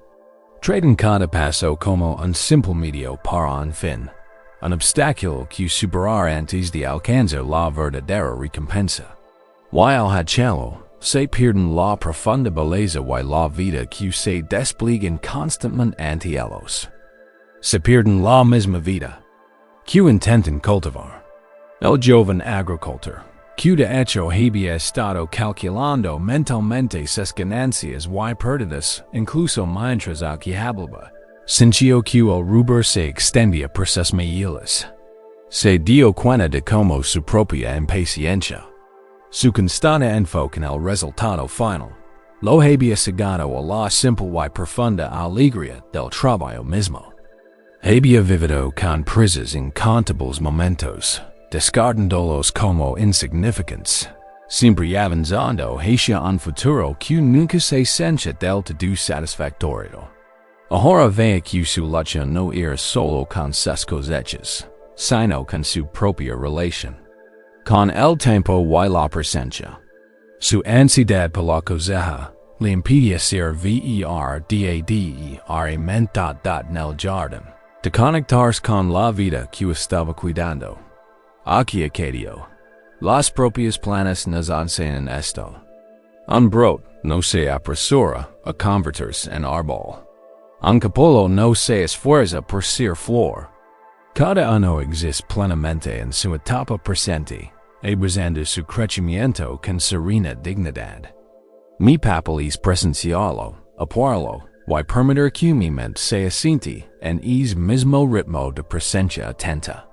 Cuando cuidas cada momento con esmero, cuando le dedicas tu atención plena y pasada, la cosecha se vuelve naturalmente abundante, no solo en resultados tangibles, sino en la riqueza de tu experiencia. El joven agricultor comenzó a pasar más tiempo en sus campos, sin prisas, sino simplemente estando presente en cada tarea, cada planta, cada amanecer. Empezó a notar la intrincada belleza de una sola hoja, el sutil aroma de la tierra húmeda, el suave zumbido de los insectos. Su mente, sin correr más, comenzó a asentarse, y con esa calma, una nueva y suave alegría floreció en su interior. Independiente del tamago de su cosecha, el vision clave del zenlo, que revela la sabiduría de jardinería de aquí es que la verdadera belleza de la vida no se encuentra en los grandes acontecimientos, sino en el cultivo cuidadoso de los momentos cotidianos. En nuestro mundo acelerado, existe una presión abrumadora para ser productivos, eficientes, y avanzar constantemente hacia la siguiente meta. A menudo caemos en la trampa de pensar que la felicidad o la plenitud son algo que se puede alcanzar.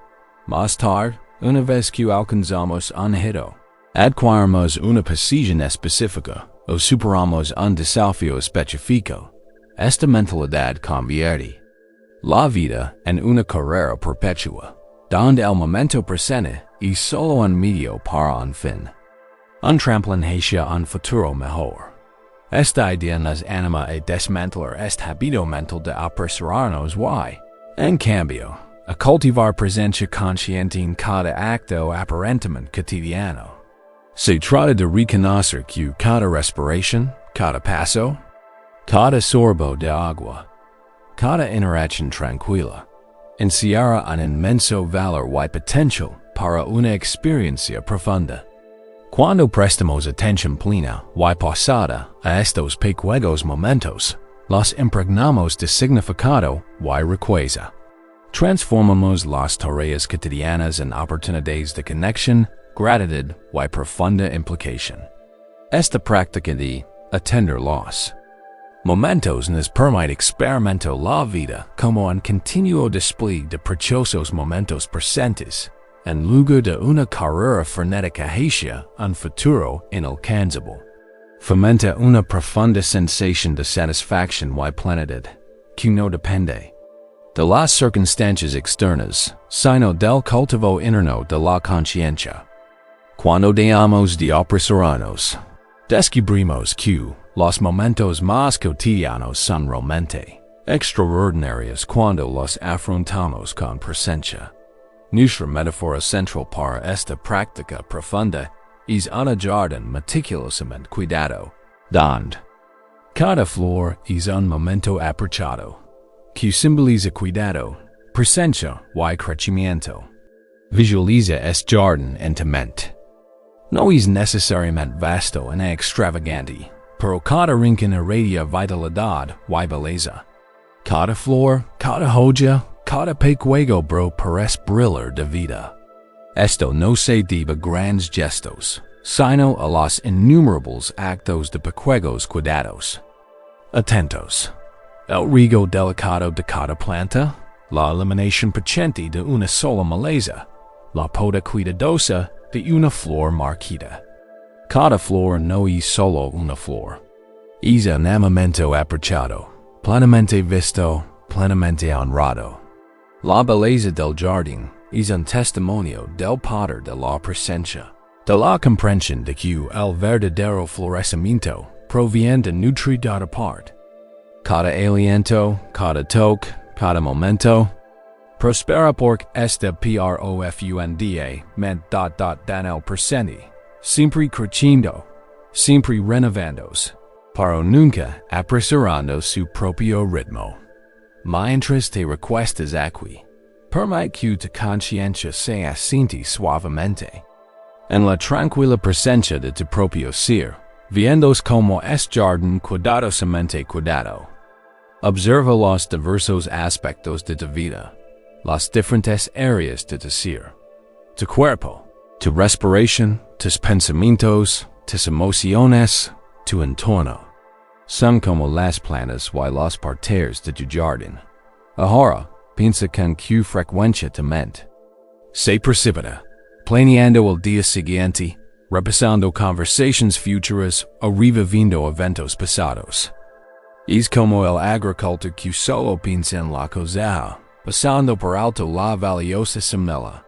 Reconozcan delicadeza esta tendencia a prejurar, sin juzgar.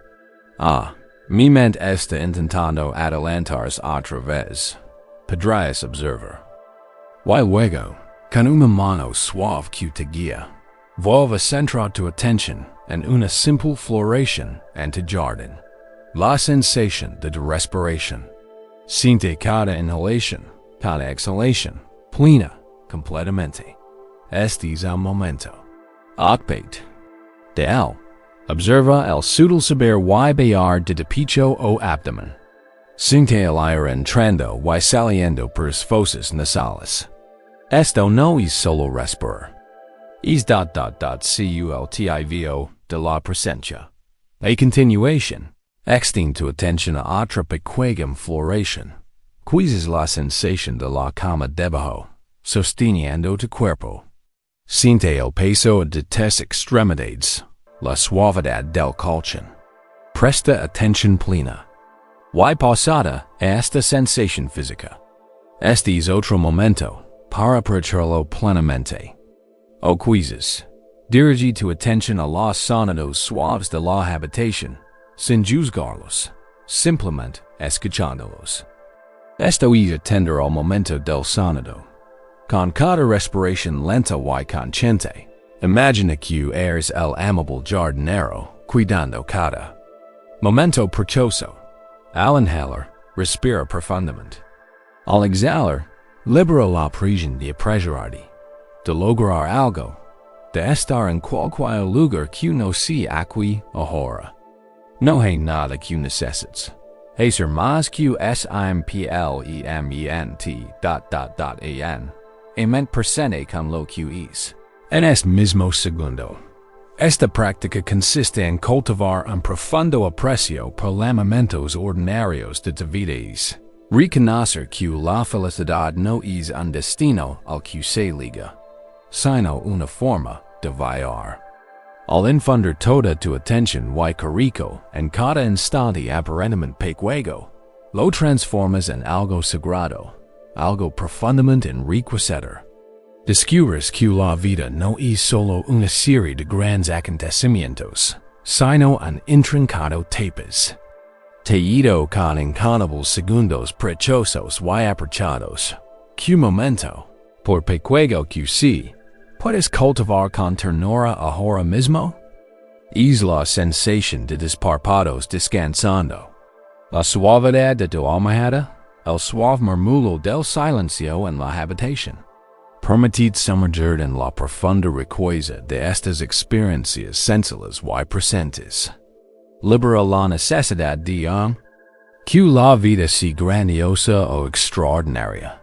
En cambio, abraza la magia silenciosa y constante que se despliega cuando plenamente presente. Cuidando ese momento como la flor más preciada de tu magnífico jardín. Descansa en esta profunda presencia, sabiendo que cultivas una paz profunda y duradera, un momento preciado a la vez. Aquí están las secciones 11, 12, 13, 14 y 15, meticulosamente elaboradas según sus especificaciones y requisitos de recuento. De palabras, mientras descansas en la tranquila presencia del jardinero de los momentos, aprovechando la sutil riqueza de cada segundo que pasa, otra experiencia profunda puede surgir en las tranquilas profundidades de tu conciencia. La persistente carga de leves rencores, resentimientos o agravios pasados no siempre se trata de una ira intensa. A menudo, es una pesadez sutil y persistente, un dolor silencioso en el corazón, o un nudo en el estómago que drena sutilmente de energía e impide una sensación completa de tranquilidad. Es el peso invisible de la falta de perdón, una repetición silenciosa de deseos o decepciones pasadas, que leves como una pesada piedra en tu bolsillo emocional. Puedes sentir una amargura sutil, una cautela en tu espíritu o una reticencia. E abrir completamente tu corazón, incluso en esta pacífica soledad. Este fermiento inconsciente, a viejas heridas, puede oscurecer sutilmente la luz de tu presente, manteniendo atado al pasado y impidiendo la verdadera ligereza del ser. Esta noche abordaremos con ternura esta sutil carga, aprendiendo a soltar. Lo que ya no te sirve, permitiendo que se disuelva como una nube en el vasto cielo abierto. Consideremos la historia de un renombrado maestro zen llamado Hakuin, quien vivió una vida de virtud ejemplar y profunda compasión. Sus enseñanzas fueron buscadas por muchos, y su sabiduría se difundió ampliamente.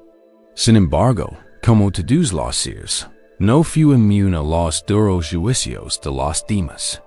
En una aldea cercana vivía una joven que, tras una serie de desafortunados sucesos, se encontró embarazada fuera del matrimonio.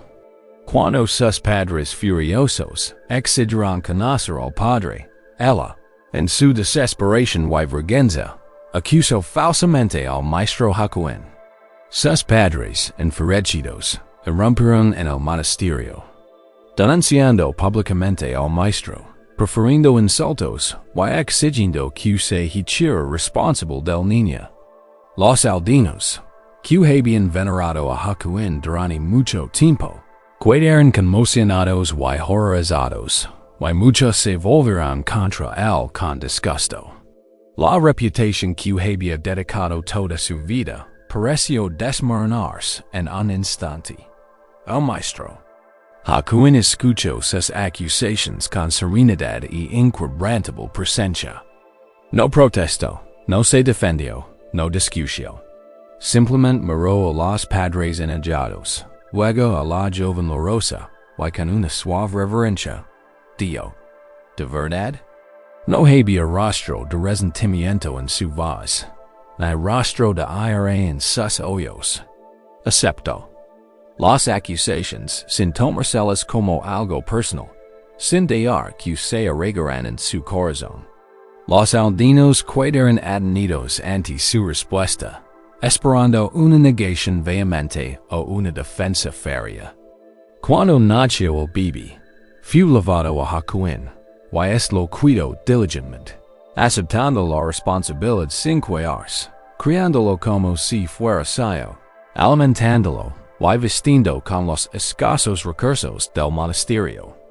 Soportó la vergüenza y el desprecio de la aldea con una ecuanimidad que desconcertó a muchos. Ana después, consumida por la culpa, la joven confesó a sus padres que había mentido, revelando al verdadero padre del niño. Llenos de remordimiento, los padres acudieron al maestro Hakuin, postrándose ante él, implorando su perdón. Entre lágrimas, explicaron la verdad, confesando su error y suplicando la devolución del niño.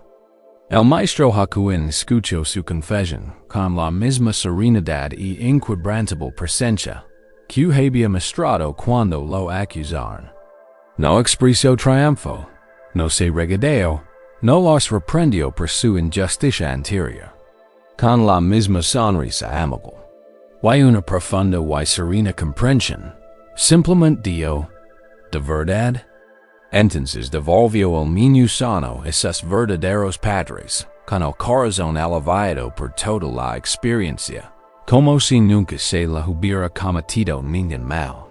Los aldeanos, al presenciar esto, volvieron a asombrarse. Habían esperado que guardara rencor, que sintiera una ira justificada, que buscara alguna forma de disculpa o justicia por el dolor y la humiliación pública que había sufrido. Pero Hakuin no soportaba nada de eso. Simplemente liberó al niño, se deshizo de las acusaciones y regresó a su vida tranquila, con su paz interior completamente imperturbable.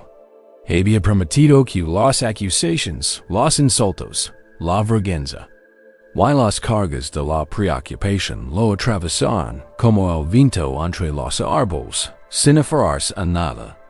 Encarnaba el desapego definitivo, no solo a los elogios sino también a la culpa, no solo al consuelo sino también a las dificultades.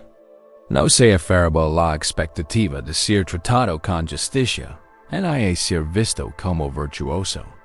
Simplemente aceptaba lo que surgía, lo procesaba sin juzgarlo, y luego lo dejaba ir, sin dar rostro de amargura ni resentimiento.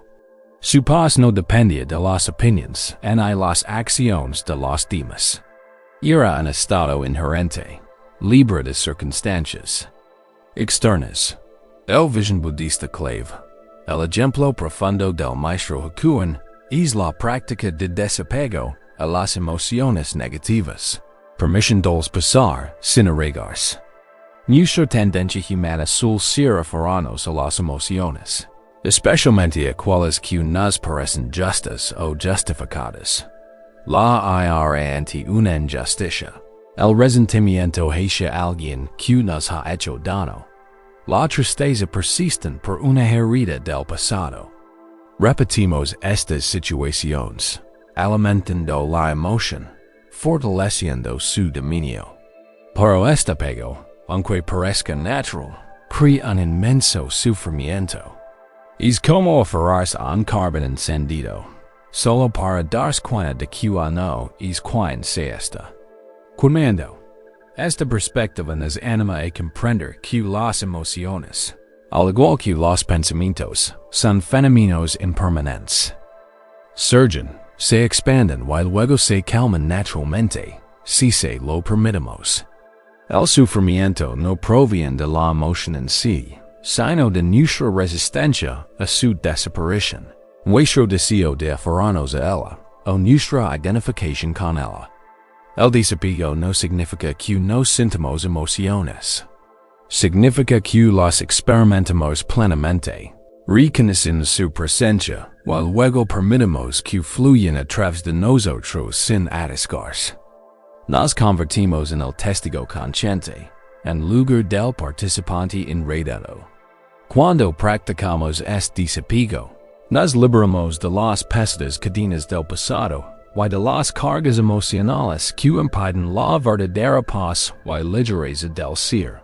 Creemos espacio para nuevas experiencias, nuevas emociones y una profunda libertad. Aprendemos que el perdón, tanto para los demás como para nosotros mismos, no es un gran acto, sino una suave liberación interna de una carga que ya no necesitamos.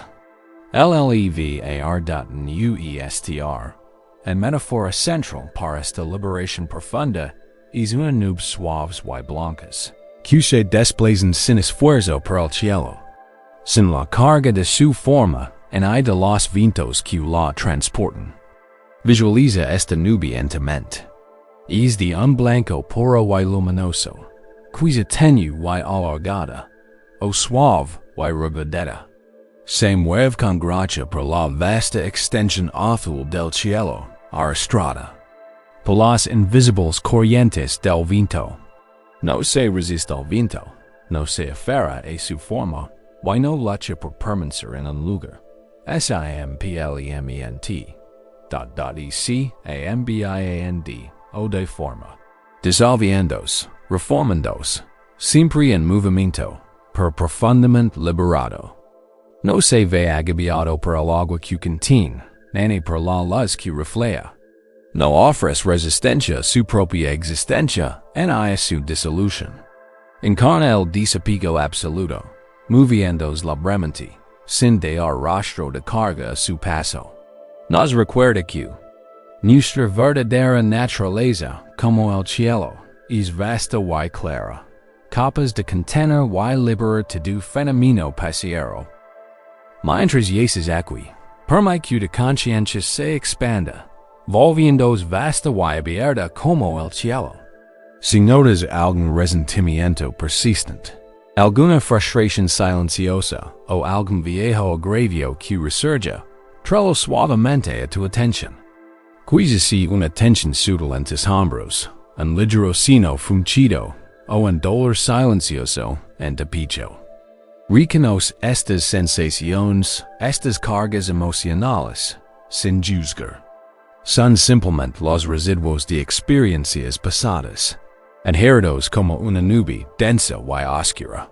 Ahora, imagina ese rencor, ese resentimiento, y esa herida del pasado como una nube densa y pesada que flota en el cielo de tu mente.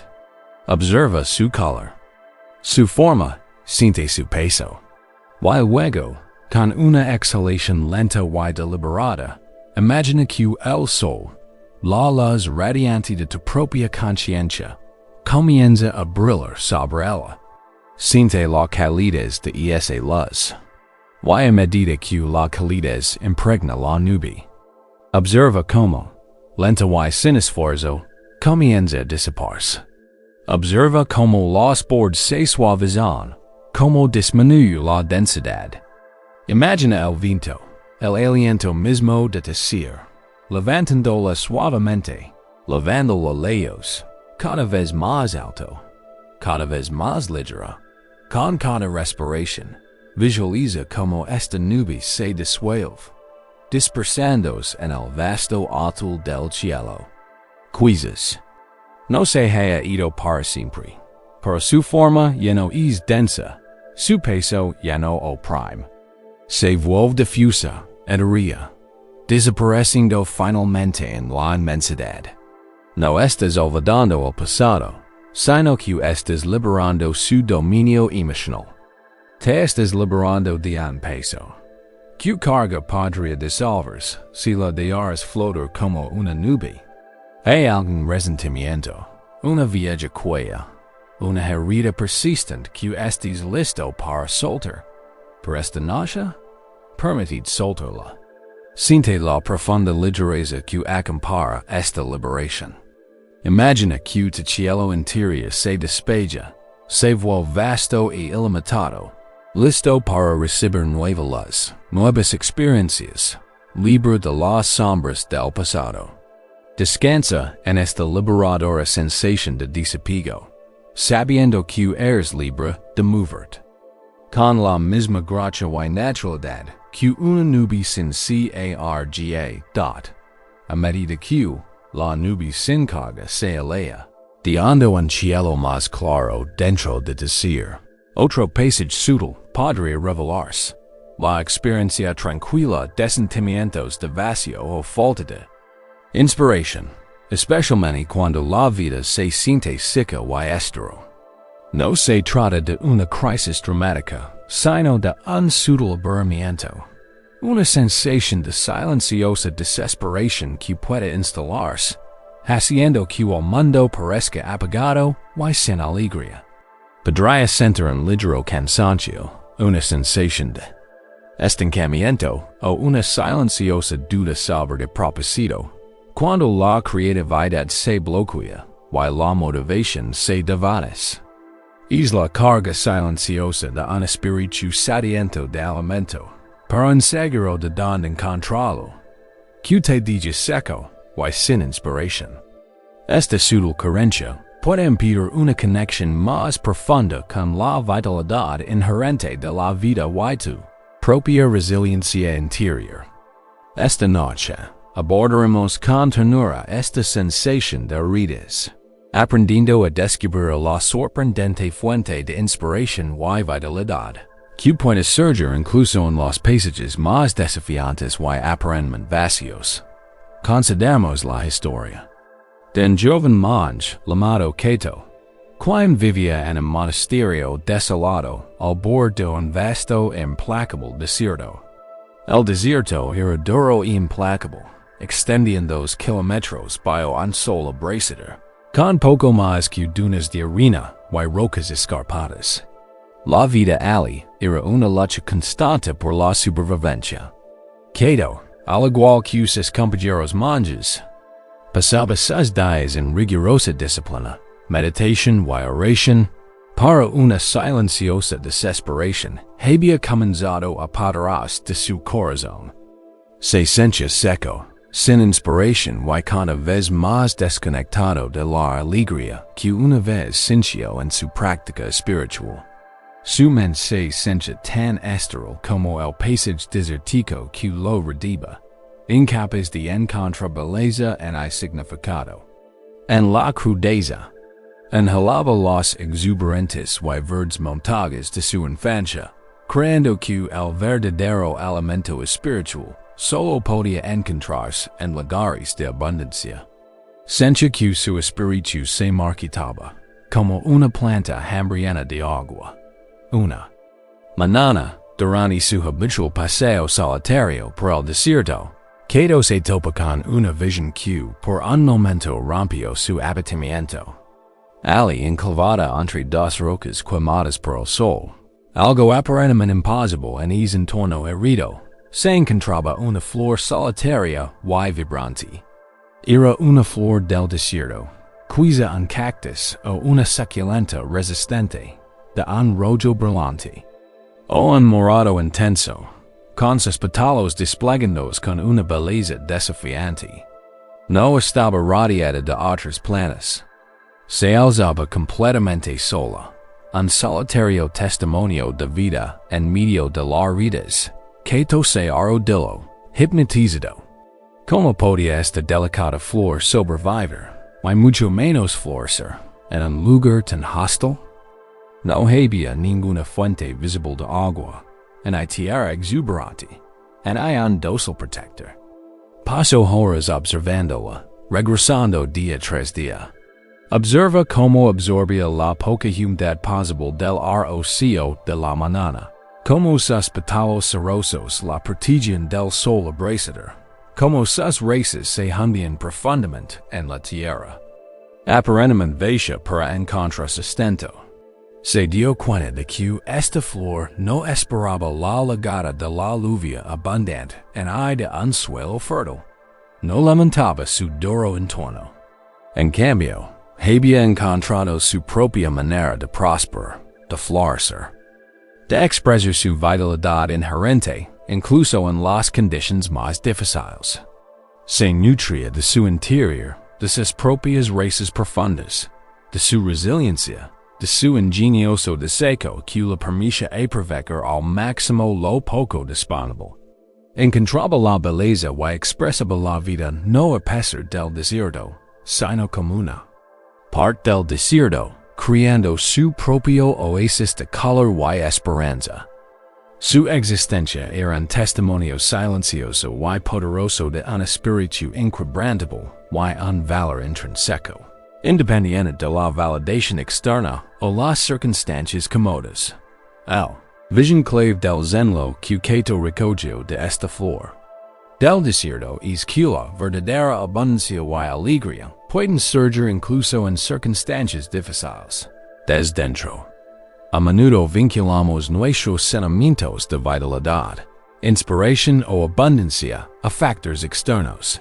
Un nuevo trabajo, una relación, una ganancia económica, un cambio de aires.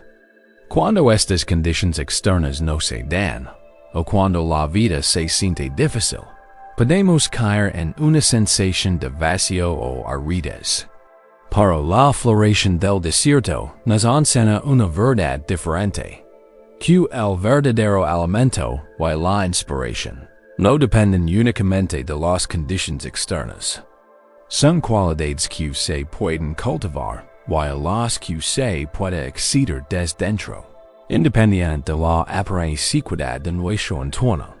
Esta perspectiva nos anima a mirar hacia dentro, a reconocer nuestra resiliencia inherente, nuestra capacidad de encontrar significado y belleza incluso cuando las circunstancias parecen desfavorables. Se trata de conectar con nuestras profundas reservas de fuerza, creatividad y propósito interior.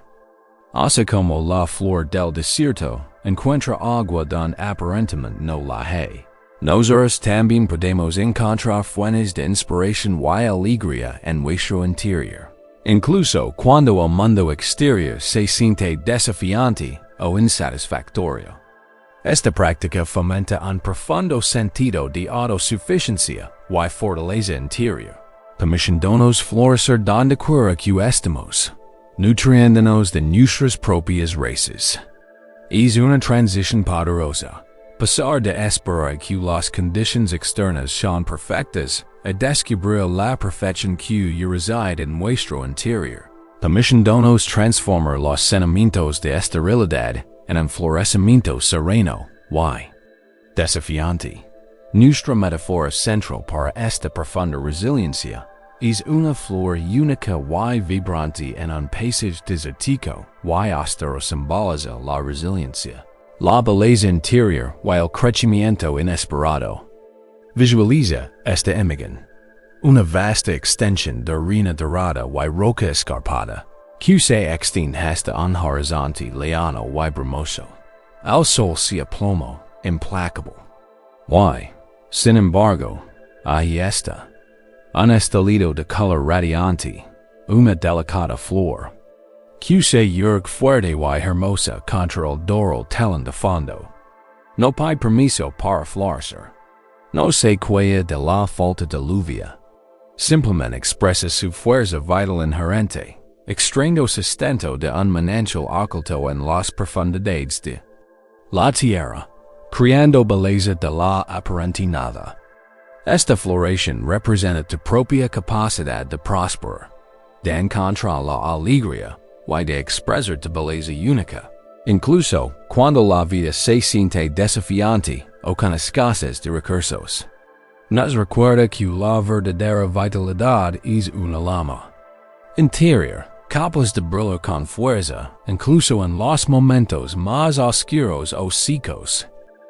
A medida que la nube sin carga se eleva, dando un cielo más claro dentro de decir, otro paisaje sutil podría revelarse.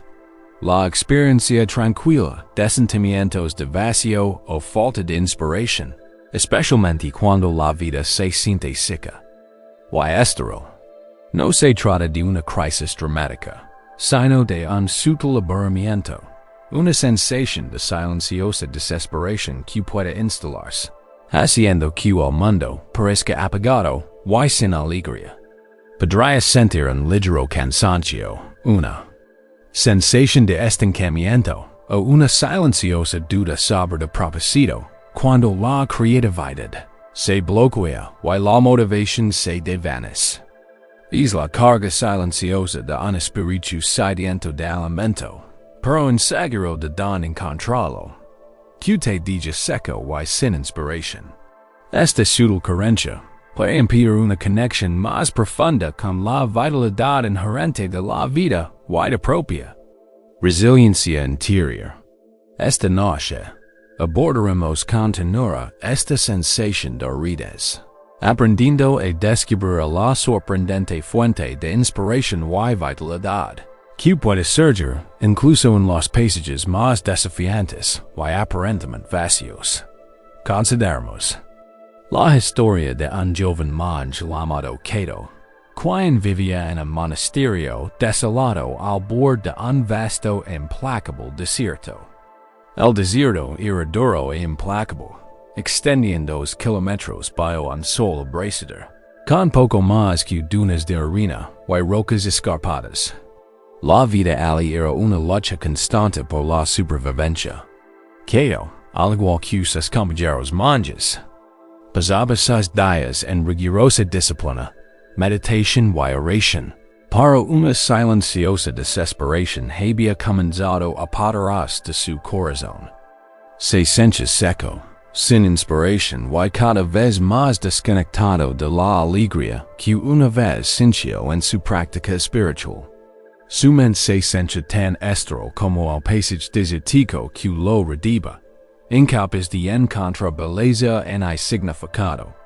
En la crudeza, inhalaba las exuberantes y verdes montañas de su infancia, creyendo que el verdadero alimento espiritual solo podía encontrarse en lugares de abundancia. Sentía que su espíritu se marchitaba, como una planta hambrienta de agua. 1. Mañana, durante su habitual paseo solitario por el desierto, Quietud se topa con una visión que por un momento rompió su abatimiento. Allí, enclavada entre dos rocas quemadas por el sol, algo aparentemente imposible en ese entorno aérido, se encontraba una flor solitaria y vibrante. Era una flor del desierto, quizá un cactus o una suculenta resistente, de un rollo brillante, o un morado intenso, con sus pétalos desplegándose con una belleza desafiante. No estaba rodeada de otras plantas.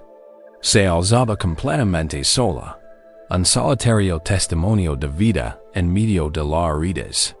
Quietud se arrodilló, hipnotizado.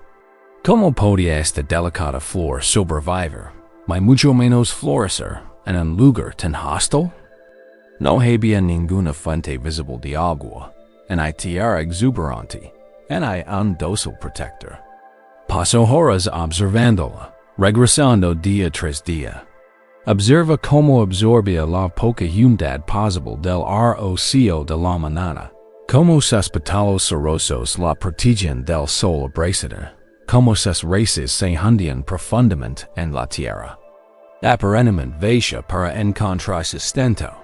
Se dio cuenta de que esta flor no esperaba la llegada de la lluvia abundante en ay de un suelo fértil. No lamentaba su duro entorno. En cambio, había encontrado su propia manera de prosperar, de florecer, de expresar su vitalidad inherente incluso en las condiciones más difíciles. Se nutría de su interior, de sus propias raíces profundas, de su resiliencia, de su ingenioso deseo que le permitía aprovechar al máximo lo poco disponible.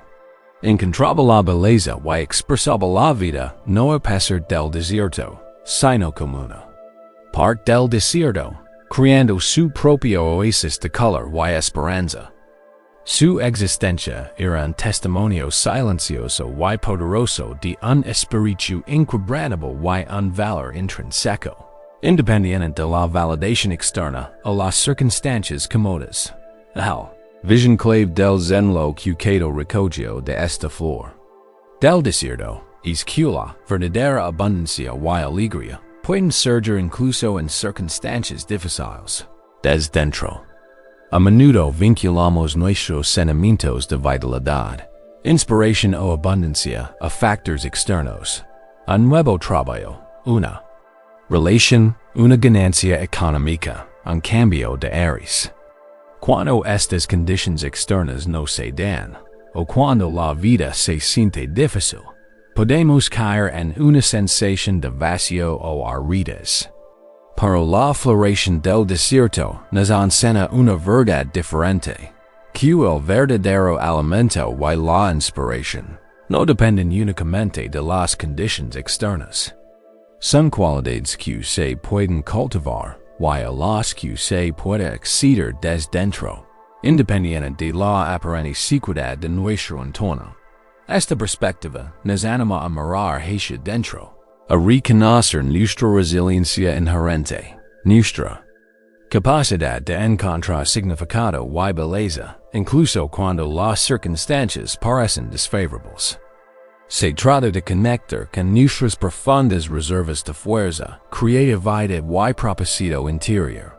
Así como la flor del desierto encuentra agua donde aparentemente no la hay, nosotros también podemos encontrar fuentes de inspiración y alegría en nuestro interior, incluso cuando el mundo exterior se siente desafiante o insatisfactorio.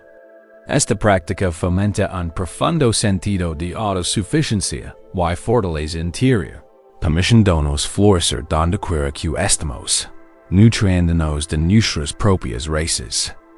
Es una transición poderosa. Pasar de esperar a que las condiciones externas sean perfectas a descubrir la perfección que ya reside en nuestro interior, permitiéndonos transformar los sentimientos de esterilidad en un florecimiento sereno y desafiante. Nuestra metáfora central para esta profunda resiliencia es una flor única y vibrante, en un paisaje desértico y austro simboliza la resiliencia, la belleza interior y el crecimiento inesperado. Visualiza esta imagen, una vasta extensión de arena dorada y roca escarpada, que se extiende hasta un horizonte lejano y brumoso. El sol se aplomó implacable. Sin embargo, ahí está, un estallido de color radiante, una delicada flor, que se yergue fuerte y hermosa contra el duro telón de fondo. No pide permiso para florecer. No se queja de la falta de lluvia. Simplemente expresa su fuerza vital inherente, extrayendo sustento de un manantial oculto en las profundidades de la tierra, creando belleza de la aparente nada. Esta floración representa la propia capacidad de prosperar, de encontrar la alegría, y de expresar tu belleza única, incluso cuando la vida se siente desafiante o con escasez de recursos. Nos recuerda que la verdadera vitalidad es una llama interior, capaz de brillar con fuerza incluso en los momentos más oscuros o secos. Mientras te recuestas aquí, permite que tu conciencia se pose suavemente sobre cualquier sensación de vacío, apatia o falta de inspiración. Reconoce este sentimiento sin juzgarlo. Quizás estas circunstancias actuales te parezcan un paisaje desolado, o tu mente se sienta seca y sin creatividad.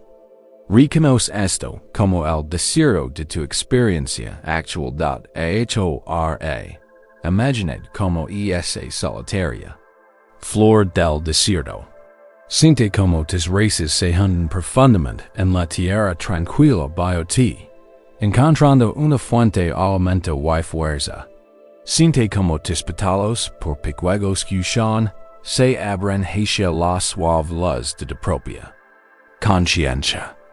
No necesitas forzar de sentirte inspirado o alegre ahora mismo. Solo necesitas reconocer tu capacidad inherente para la vida, para el crecimiento, para la belleza, incluso en ese momento.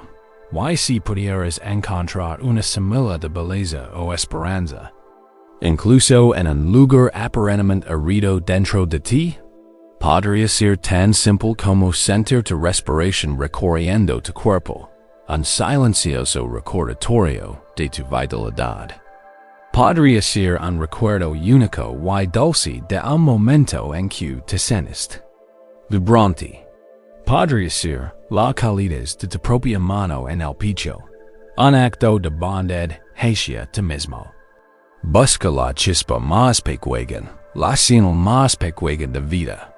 Esta es la flor del desierto, encontrando su propio camino para florecer, con cada respiración. Lenta y suave, imagina que extraes el sustento de tu interior más profundo. Al inhalar, respira una serena sensación de resiliencia y belleza inherente. Al exhalar, libera cualquier sentimiento de vacío o desesperación, permitiéndolos disolverse en la inmensidad que te rodea. No dependes de las condiciones externas para tu alegría. Tu capacidad de florecer es intrínseca, una fuerza poderosa que reside en ti, esperando ser reconocida y nutrida. Esta práctica consiste en cultivar ingenio interior, un profundo sentido de autosuficiencia espiritual. Es reconocer que, incluso cuando la vida se siente desafiante, posees la capacidad innata de encontrar belleza, significado y inspiración en tu interior. Al cuidar esa chispa interior, por pequeña que parezca, la permites crecer, transformando cualquier sentimiento de aridez en un florecimiento sereno y poderoso. Sumerged en esta profunda fuerza, permitiendo que la floración del desierto te recuerde tu inquebrantable capacidad para la vida y la alegría, independiente del paisaje que te rodea. Descansa en esta vibrante verdad. A medida que la vibrante floración del desierto revela la sorprendente fuente de su resiliencia interior. Puede ocurrir un cambio sutil en la conciencia, que genera un nuevo desafío. La omnipresencia discreta del ruido externo y tendencia a iniciar mentalmente conversations o discusiones. Esto no es solo el clamor literal del mundo, sino el estruendo interno de tu propia mente, que proyecta, analiza y reproduce constantemente las interacciones. Es la dificultad de escuchar verdaderamente a uno mismo, y a menudo, de escuchar verdaderamente los demás, por tu monólogo interno es tan dominante. Puedes sentir una sutil sensación de agotamiento mental, una sensación de estar constantemente inmerso en un diálogo interno o un anhelo silencioso de claridad en medio de la estática mental. Es parlatio interno constante. Esta incapacidad de simpl, escucha, sin una respuesta o interpretación inmediata. Puede oscurecer sutilmente verdades más profundas y impedir una conexión profunda contigo mismo y con el mundo que te rodea. Esta noche, abordaremos con ternura este ruido interno, aprendiendo a cultivar el arte de la escucha profunda, creando espacio para que surja la verdadera comprensión. Consideramos la historia de un joven estudiante zen llamado Kenji, que vivía en un tranquilo monasterio de montaña, conocido por sus rigurosas prácticas de meditación. Kenji era inteligente y tenía un gran deseo de aprender, siempre dispuesto a aportar ideas durante las conversaciones, siempre dispuesto a hacer un comentario ingenioso o una pregunta reflexiva. Sin embargo, su maestro a menudo notaba que Kenji, aunque elocuente, parece tener dificultades para una comprensión más profunda, una cierta sabiduría silenciosa que se le escapaba. Kenji creía que el conocimiento se adquiría hablando, mediante el discurso intelectual, y formulando mentalmente respuestas. Su mente era un frenético mercado de pensamientos, preparando constantemente su próxima contribución a una conversación, o repasando los anteriores para distraer hasta el último matiz. Incluso cuando otros hablaban, a menudo se encontraba preparando mentalmente su respuesta, en lugar de absorber realmente sus palabras. Rara vez experimentaba el profundo silencio interior, porque su altavoz interno siempre estaba encendido. Un día, durante una reunión comunitaria, Kenji interrumpió a otro estudiante con un comentario entusiasta, convencido de que tenía una idea vital que compartir. El maestro lo observa con una mirada amable y conocedora. Tras concluir la conversación, el maestro llamó a Kenji. Kenji, dijo al maestro en voz baja, tienes una mente aguda y una lengua ágil. Sundance. Pero he notado que a menudo eres más rápido para hablar que para escuchar. Buscas la sabiduría, pero la buscas principalmente en el acto de expresarla, más que en la recepción. Kenji se irritó un poco, acostumbrado a que lo elogiaran por su intelecto. Pero maestro, comenzó. ¿No es a través de la articulación clara que transmitimos comprensión? El maestro sonrió. En efecto, pero antes de la articulación, debe haber recepción. Antes de que la copa pueda verterse, primero debe llenarse. Durante la próxima semana, Kenji te instruyó que no hables durante nuestras conversaciones. Escucha, y más allá de las conversaciones, pasa una hora cada día junto al gran cedro que hay fuera del monasterio. Simplemente escucha el viento. Escucha el susurro de las hojas. Escucha los pájaros. Y más allá de eso, escucha el silencio mismo del que surgen todos los sonidos. Kenji estaba perplejo y un poco frustrado por la tarea. Sentía que su mente constantemente quería formular pensamientos, analizar los sonidos Interrumpir el silencio con sus propias observaciones. Lo que estaba muchísimo. Se sentaba junto al árbol, su mente saltando de un pensamiento a otro, ensayando mentalmente argumentos que deceba poder formular o criticándos por su incapacidad para aquietar su mente. Se sentía desconectado, frustrado por el silencio impuesto. Aun así, perseveró. Día tras día, regresaba al centro, obligándose a simplemente con los sonidos. Oye el viento, no solo como un sonido, sino como una presencia, moviéndose entre las ramas.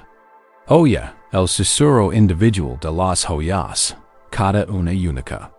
Oye los cantos lejanos de los pájaros, cada nota distinta. Y gradualmente, al liberar su necesidad de analizar o responder, algo profundo cambió.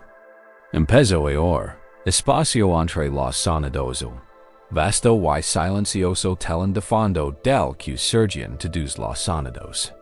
Se dio cuenta de que el silencio no era una ausencia, sino una profunda presencia. Y entonces, empezó a oír susurros de su propio corazón, intuiciones sutiles, comprensiones silenciosas que siempre habían estado allí, ahoggadas por su incesante parloteo interno. Se dio cuenta de que la verdadera comprensión no se encontraba diseccionando intelectualmente cada pensamiento, sino simplemente permaneciendo el mundo, y su propia sabiduría interior, la hablaban sin interrupciones. Al retomar las conversaciones, hablaba menos, pero cuando lo hacía, sus palabras transmitían una nueva profundidad, una autoridad serena que provenía de haber escuchado, oído y comprendido de verdad.